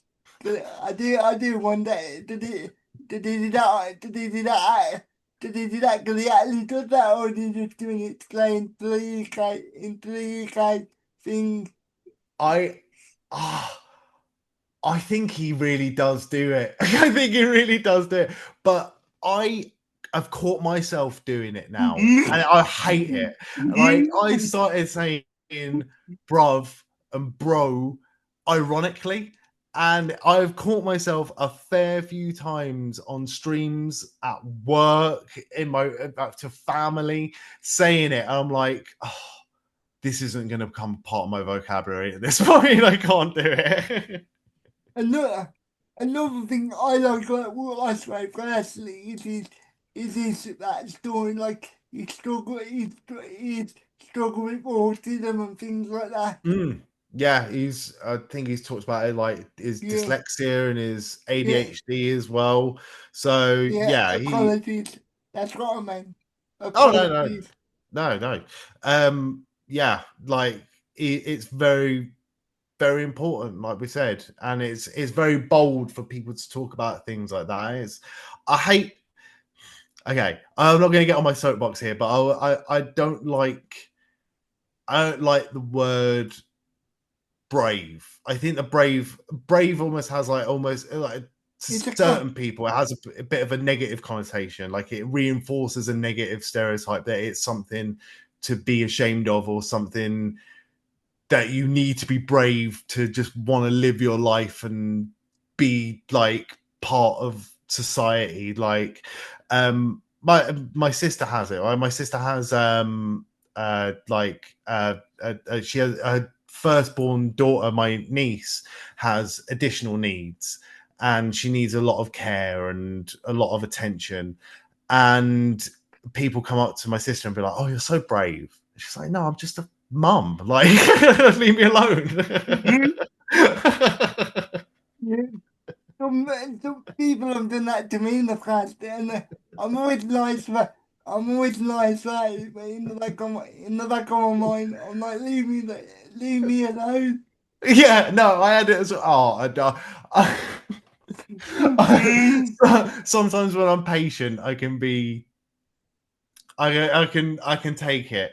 But I remember there was one time I did I'm not a massive fan of public speaking, but where I work, I was given the opportunity to speak at a pride event.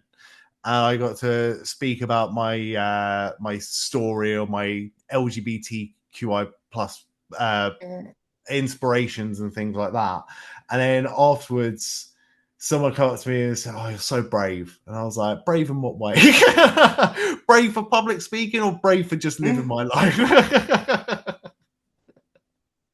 Like, I know people mean it in a nice way, but Yeah. to an extent, it just makes me feel more awkward and more different. Yeah, yeah, it makes you feel self-conscious about you being yourself, and I don't like that. But I think that's just for something, isn't it, as well, isn't it? Like people just need to be educated about, but not in a bad way. Not in a bad way, because the people that are the nice people will take it in the way that it should be taken as something to learn from.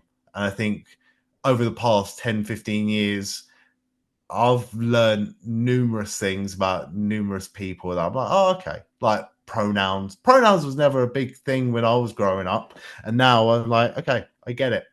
But I had to be educated on it. Like, Can I be honest?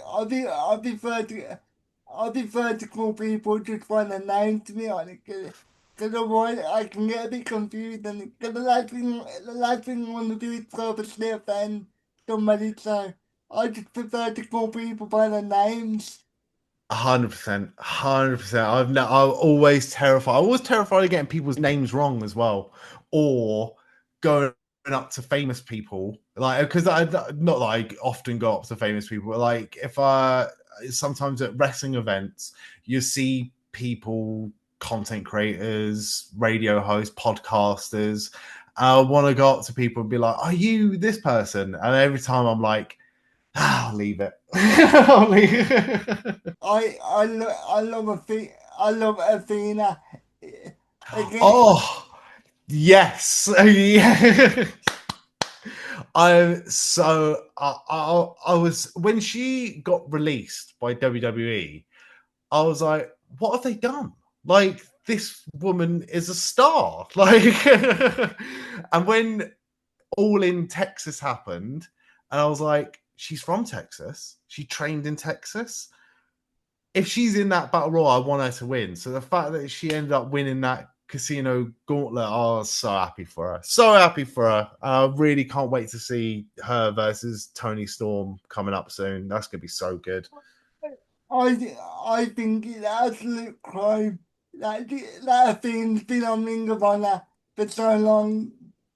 Yeah, I've been guilty of forgetting about Athena being around or being a thing, but I tell you what, they've used it, and they've used that massively long ROH women's title run to her advantage now. She's known as a forever champion. She's a bona fide star at this point. I'm not sure about what they're doing with her character work, because I think that she's much better off as a likable baby face, like a good person, like a hero.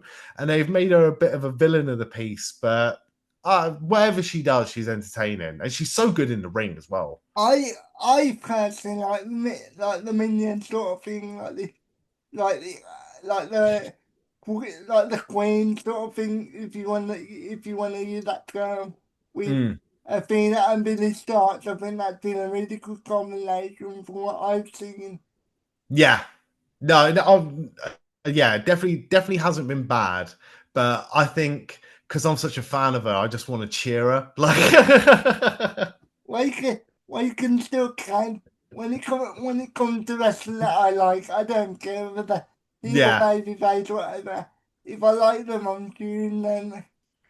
yeah. Some people are just more entertaining as bad people. Like I'll be excited to see CM Punk turn bad guy at some point because he's so good at it. I know complex take. I'm not really into Tony Storm. I get the character, and I'm not gonna lie, the character is really good, and Tony is doing some really good character work, but I'm just not interested in the character. Do you think it's run its course a little bit? Do you think it's gone on a bit too long? Maybe I think after that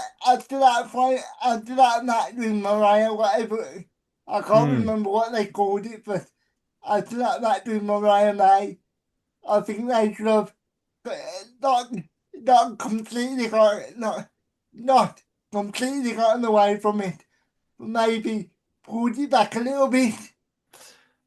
I get that. I get that, and I think the best thing that Tony Storm did was reinvent herself into that timeless Tony Storm character.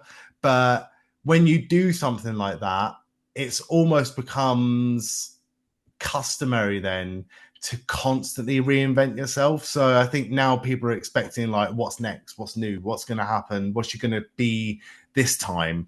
And she is such a good performer, and she's so good at what she does that she will be good at anything that she does do. But I understand why they haven't taken that character away because it has been so successful. But say, But at the same time, I know what you mean. but saying that, it's still getting a reaction. It's still getting a positive reaction from the crowd, and the people online still love it. So, Yeah, yeah. It's so a what do gamble. I? So what do I know? We're just marks. I'm proud of it.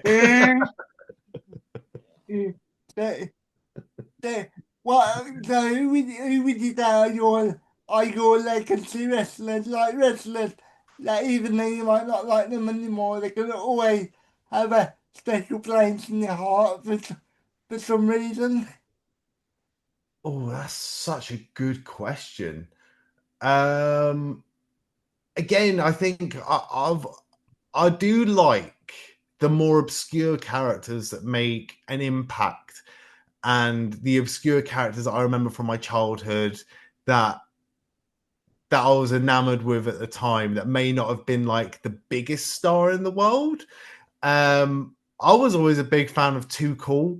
So anything with like Scotty Too Hotty and Rikishi, like I was really liked that act of Too Cool. In fact, like Scotty Too Hotty did a show Thunderstruck for North Wrestling in Newcastle, not last year, but the year before, I want to say. And I don't live near Newcastle. Newcastle, I was trying to work out how can I get to Newcastle and back in the same day. And I was like, I can't drive because the car was occupied at the time, or like I couldn't use the car. So I was like, okay, I could get the megabus up to Newcastle in the morning, spend the day in Newcastle, and then get the megabus back to London at like 2 o'clock in the morning. And I was trying to work it out all in my head, like the cheapest way to do it, just because I wanted to see Scotty Too Hotty live. So Scotty Too Hotty would be up there. Rob Van Dam doesn't wrestle a lot anymore, but Rob Van Dam was always a big part of my childhood that I would like, not like my like formative wrestling years, but when I was deep into wrestling, my biggest years of being a wrestling fan, 2002, 2003, Rob Van Dam would open up every single show, it would feel like every episode of Raw at least.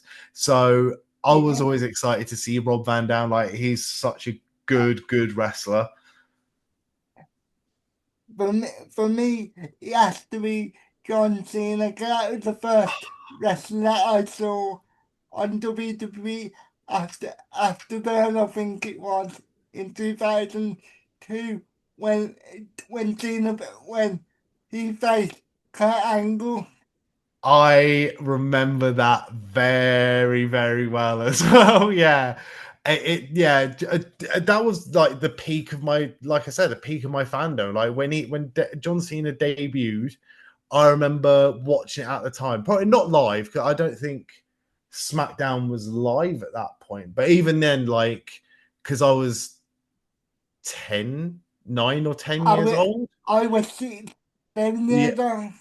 yeah. So at that point in time, like I wasn't allowed to stay up that late to watch wrestling, but I definitely remember that, and it was such a big moment as well. Like, it was, like you said, he was so enigmatic right from the start. You knew that he wasn't the finished, polished product. Yeah, He still had a long way to go with character and wrestling. But as soon as I saw John Cena face off against Kurt Angle, I was like, okay, this is a guy. This is a guy that's going to be here for a while, and he was. and he is. Yeah, he is. I have to be honest, though, at this point, I just want him to retire. If all he can do is face his old friend, I'm not interested in that, to be honest. I do have mixed opinions about his retirement run and his heel run. Um, I think it would be looked upon more favorably than it is right now in the moment. I've enjoyed a lot of bad guy Cena.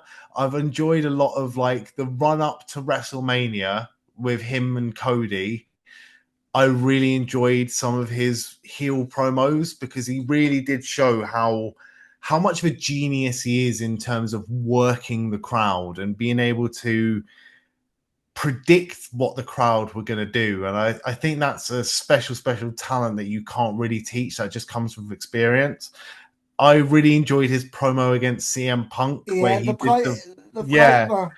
when he did the pipe bomb back at him, but like spun it in such a way that made it so original as well. I was like, this is so good. You know, I I don't mean to cut you, no but go. do you know when he said you change your morals, like you change your t-shirts? I was like, yes. He's so right. Everything he said, like the best bad guys in wrestling are the ones that are right, and they're like you can't argue with them. And they've got a point. Like Drew McIntyre at the minute, like whenever he's a bad guy, you're like, ah, oh, he's right. He's just a prick. I do think the heel turn was, for me personally, it was a bit, I was like, I enjoyed it for the first couple of weeks. After a while, it did get a bit stale for me personally. I think that Yeah. if The Rock was there a bit more, or after all, it would have been a Mm. bit better. Yeah, even if he just turned up on a video package, like just something, just acknowledgement of what that was and why The Rock was involved. Yeah, but it's the same with everything in wrestling. Things go sort of up and down and have their big moments and their bad moments. But the way it's kind of come into a conclusion now, Yeah. I'm not. I can't really be a massive fan. I'm not excited for him versus Lesnar. I'm not excited for him versus Logan Paul. I'm not particularly a fan of the way that he turned back into a good guy. Like it was always going to happen. It was always going to happen where he was going to turn into a good guy again. But the fact that he did it just like 1 week, he was like, "Oh yeah, I changed my mind. I'm a babyface now. I'm going to be a good guy." But And then people accepted it. I was like, for me, for me, it was like it summed up a bad heel turn with a bad face then. So I was like, okay, whatever. yeah, exactly. I think that's what that was it. People were more relieved and just like, oh, okay, fine, this heel run's over now, fine. So I do get that. I just feel like from a I don't know, from a Was it worth it? storytelling, yeah, I think so. I think it will be looked upon favorably. I definitely think so. But like looking at it in the moment and going, what was the point of that? Or like what was that story that had no build up to it whatsoever? These are the things that we're never going to remember anyway. Like we're going to look back at it in a few years and be like, oh yeah, and then when he was a good guy and like when he had this match and when he had this promo, we won't remember the bad stuff. So, it is what it is. Who should be, in your opinion, who should be John Cena's last opponent?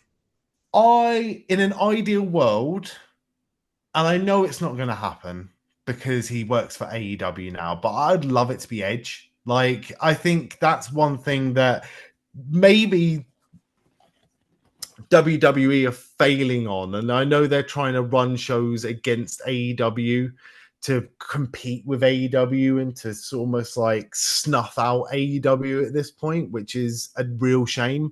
I think it would be much better goodwill for the fans. It'd be much more enjoyable for wrestling fans that aren't tribalistic and wrestling fans that do like everything else to have that sort of like bridge across companies and that sort of like truce and that sort of respect for the fans and for the wrestlers if they could get Edge in to have John Cena's last match. But I know that's not going to happen.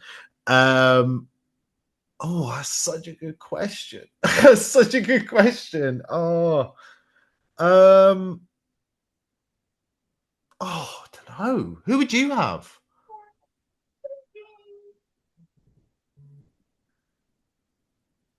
Sorry.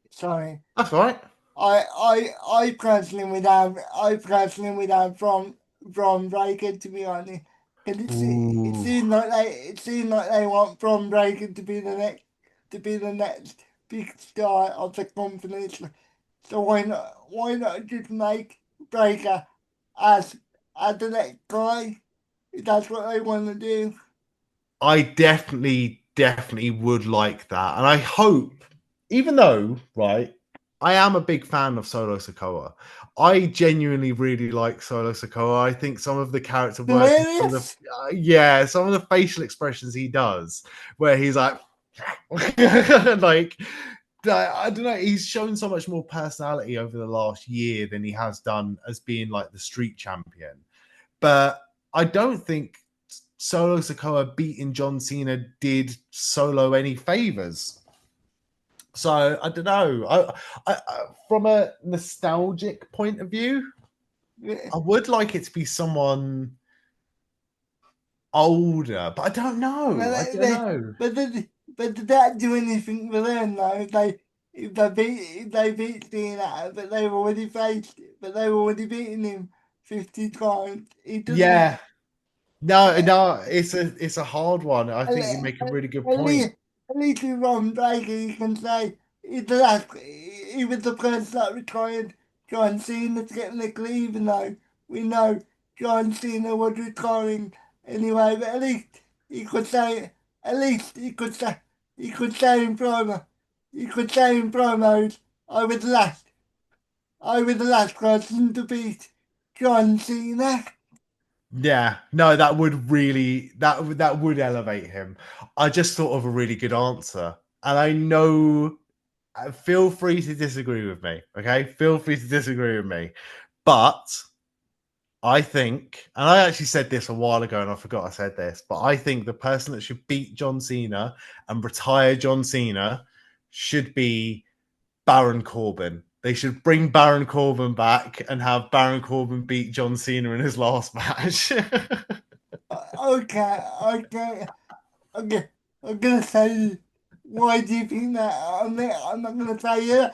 I'm not gonna say that you're wrong. But that's an interesting idea. So I really liked Baron Corbin. I know a lot of people thought Baron Corbin was boring, and that's fine. Everyone's entitled to their opinion. I liked him toward the end. Toward the Yeah, end. yeah. I tell you what, I didn't like. I didn't like him as the authority figure. Everything else he did, it seemed to really hit with me. There was a lot that he did. Like King Corbin was a very entertaining character.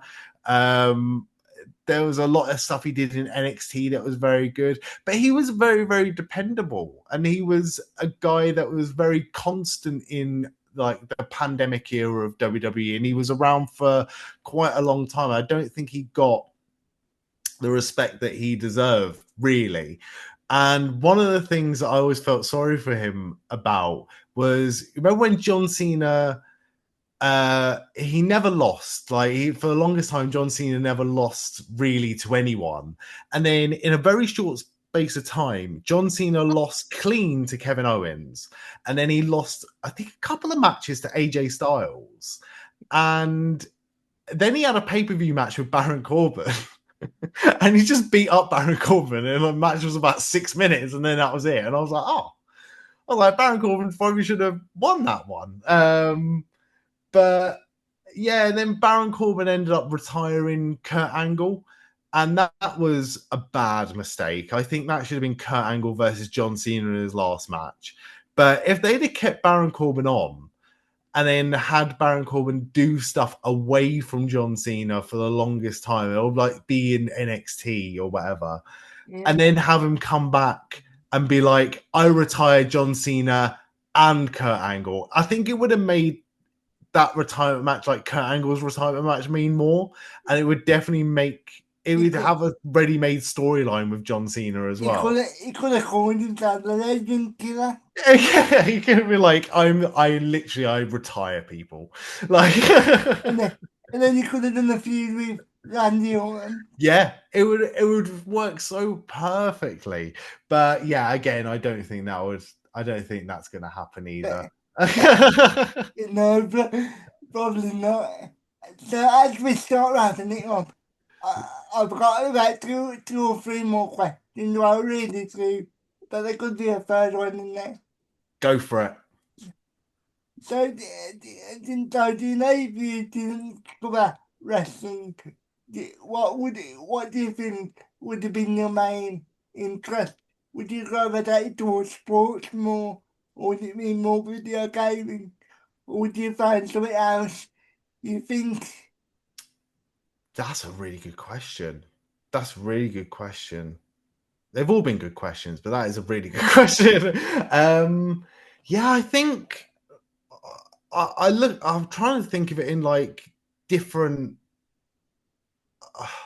because I often have different interests, but it sort of flits around the place. Like I'll have like an obsession to do one thing for a long time, and then I'll move over and do like another thing for a long time.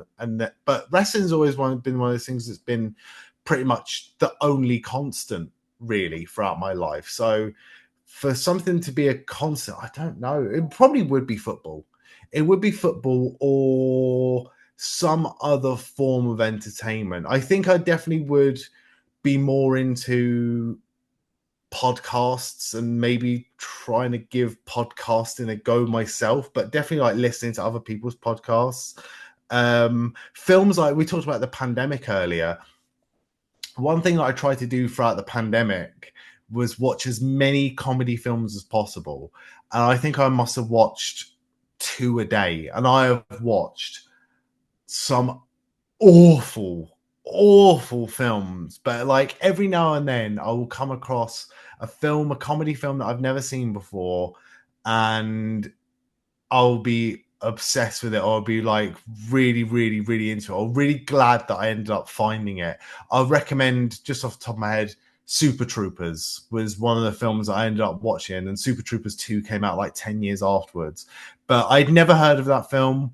I'd never seen it before, and I watched it for the first time during lockdown, and I loved it. So I think I wouldn't be short of things to entertain me, like even like just getting into The Simpsons or Family Guy or South Park or any of them animated TV shows.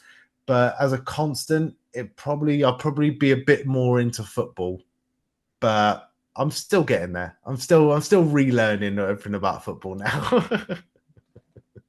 Yeah. So, do you know if somebody came to you and said you can have this life where you can do streaming full time, yeah, and it Mm. can be a full time career, would you take it? Would you be like, no, I would rather keep this timeline where I can still stream, but I have an escapism where I can be like where I can be like well, I can still do streaming as I said, but you can also have a healthy break from it. I I have obviously I've thought about this quite a lot, and one thing I would want to make clear is the fact that I am very, very grateful for what I have and sort of like the opportunities that I've been given. Because I know that through wasting, and I don't want to say wasting because I did have some really good times. I had some really good life experiences. I've done a lot of things in my 20s, but my 20s was very much overshadowed by drink and drugs and like a lot of time wasted, and I didn't really start working or like having a career or making any sort of money or doing anything until I was like 25 years old. So the fact that I'm in a position professionally with what I do for work because people kind of took a gamble on me and people put a lot of faith in me and people thought highly of me enough that I could do a job for them. And that has afforded me the opportunity to buy games consoles and buy games and buy wrestling pay-per-views and do what I do. So at no point do I want to like underestimate or understate how grateful I am for the opportunity that I have right now. That being said, I also have a lot of creative things I want to do. I've got two YouTube channels that are not Yeah, off the ground, and I would love to do more things with them. I've got so many ideas for podcasts. I've got so many ideas for streams and things that I'd like to do on stream on a more regular basis. I've got ideas for things that I'd love to do as YouTube videos for the Hive. I've got so many ideas that I'd love to do for I Don't Know Ball. I have so many ideas that I would love to do collaboratively with people like yourself, with other people at the Hive, with friends of mine, with people that I don't know yet and I'm enjoying getting to know. And I don't have the time for it. Like, I just don't have the time to do a lot of that. So if I could be financially stable and pursue the things that I would like to pursue creatively, I would have to pick that I, option. I would have to. I'm just curious. Have you ever spoken about your addiction on stream? Because I think that could help some people that might be going through a similar situation to what you went through. Yeah, I've definitely, and again, I'm not gonna name any names Of course because not. it's their private business, but I've definitely had people like tell me that as well, that like me speaking openly and me speaking boldly about things has helped them and encouraged them to carry on doing what they're doing. Like 100%, any sort of hard work that people put in with themselves, that should be celebrated and that should be applauded for them putting in the hard work. And I will take no credit in any hard work that other people have done bettering themselves. One of again, from personal experience, I have taken a lot of inspiration from other people in a similar vein. But two massive bits of advice that I got indirectly from people speaking on streams and people speaking on videos and interviews and films. One was Steve-O from Jackass. Yeah, He did an interview with Brandon Novak, who was also a member of the Jackass crew, a member of the CKY crew back in the day. And he was deep into addiction. And Brandon Novak now works with helping people with addiction, whereas Steve-O has gone the completely opposite way, where he has tried to sort of not distance himself from it, but not be that point of contact. Because at the end of the day, you have to be very, very careful when it comes to addiction, because it's something that can sneak up on you and it's something that can come back. And a lot of people do relapse and a lot of people do, you know, end up drinking again or like having a slip up. And if you do that in a public sense, then it it can be detrimental for other people as well, because a lot yeah. of people will look up to you. So it's something that obviously I don't ever intend. I don't really miss drinking. I don't really miss doing drugs, but I know that it's something that it's a constant battle in a sense that I have to be very, very careful of. And I wouldn't want to upset people. I wouldn't want to disappoint people. I wouldn't want to let people down. So I'll be very, very careful. I can only speak from my experience when it comes to that sort of thing. I, I, be- I imagine it's just a case of taking it day by day and just Yeah. doing And the that, best that you can. funny enough, that is exactly what, again, another interview that I watched years ago was with Billy Gunn, and where they were talking about their addiction. And Billy Gunn said, I have no interest in doing drugs today. I have no interest in drinking today, but this is today. I don't know about tomorrow. I don't know what's going to happen tomorrow. One thing as well, I nearly forgot, sorry, was with Pete and Ben, who were formerly of Vidiots and formerly of Triple Jump. They did a gaming YouTube channel and they were part of the Cultaholic umbrella. And now they have a YouTube channel called Worst Games Ever. And they've done the Worst Games Ever series for years and years and years now. They get a lot of people in their chat, and they said, and a lot of people have said, like, I struggle with my mental health and I really appreciate you and you have helped me through some dark times, things like that. And obviously I every now and then someone will come in and say something similar to me, and I 100% appreciate that. And the hard times, it made much easier when we do it together rather than doing it apart or feeling like you have to do it alone. But one of the best things that Pete and Ben said was appreciate it, and always everyone's welcome here, and any sort of help is an honor and a privilege to do that.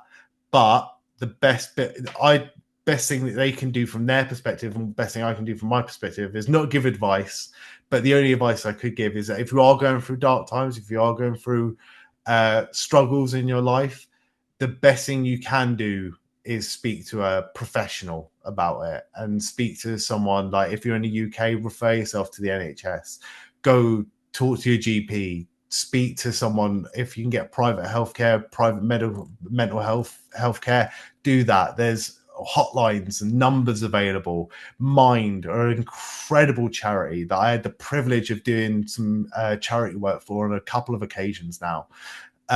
They do amazing work, and that can't be understated. So if you do have struggles, if you find a healthy distraction, perfect. But also speak to a professional as well. And that's something I am not. So I, I, I, I did, I did a, I did have one more question, but I think that's the perfect way to end it. So, and I think that's the most poignant way to end it as well. So, if you want to take a minute to promote yourself or to promote anything that you want to promote, the floor is yours. Well, first and foremost, it's been an absolute honor and a privilege to be here, and I thank you very, very much for it. And hopefully, we get to do something again in the not too distant future. So, thank you very much. In terms of promotion, you can pretty much find me anywhere on as StuartYeah. The main thing I do is Twitch. But the only thing I would really love to promote right now is I am doing a charity run. I'm doing a 15-kilometer inflatable obstacle course in October, and I'll be doing it on behalf and raising money for a very special charity that's very close to my heart, and it's called Sebastian's Action Trust. And they do some incredible work for the families of seriously ill children, including my niece. They've done some incredible work for my niece and helped my family out an incredible amount. So any sort of contribution or anything I can do to help further that work for other families is just a privilege. So that's what I'm doing. We've raised quite a bit of money so far, but we're still not at the goal just yet. And if you do want to donate to that, it's justgiving.com/page/Stuart15K. And that's the main thing, the only thing I really want to promote at this point. But thank you very much. So thank you everyone for giving us some of your time. If you would like to follow me on a personal level, it's Anthony Talk One on most platforms. That's Anthony Talk number one on most platforms, but on TikTok it's just Anthony Talk. So thank you for giving us some of your time. Have a good day. Stay safe. Thank you for the support.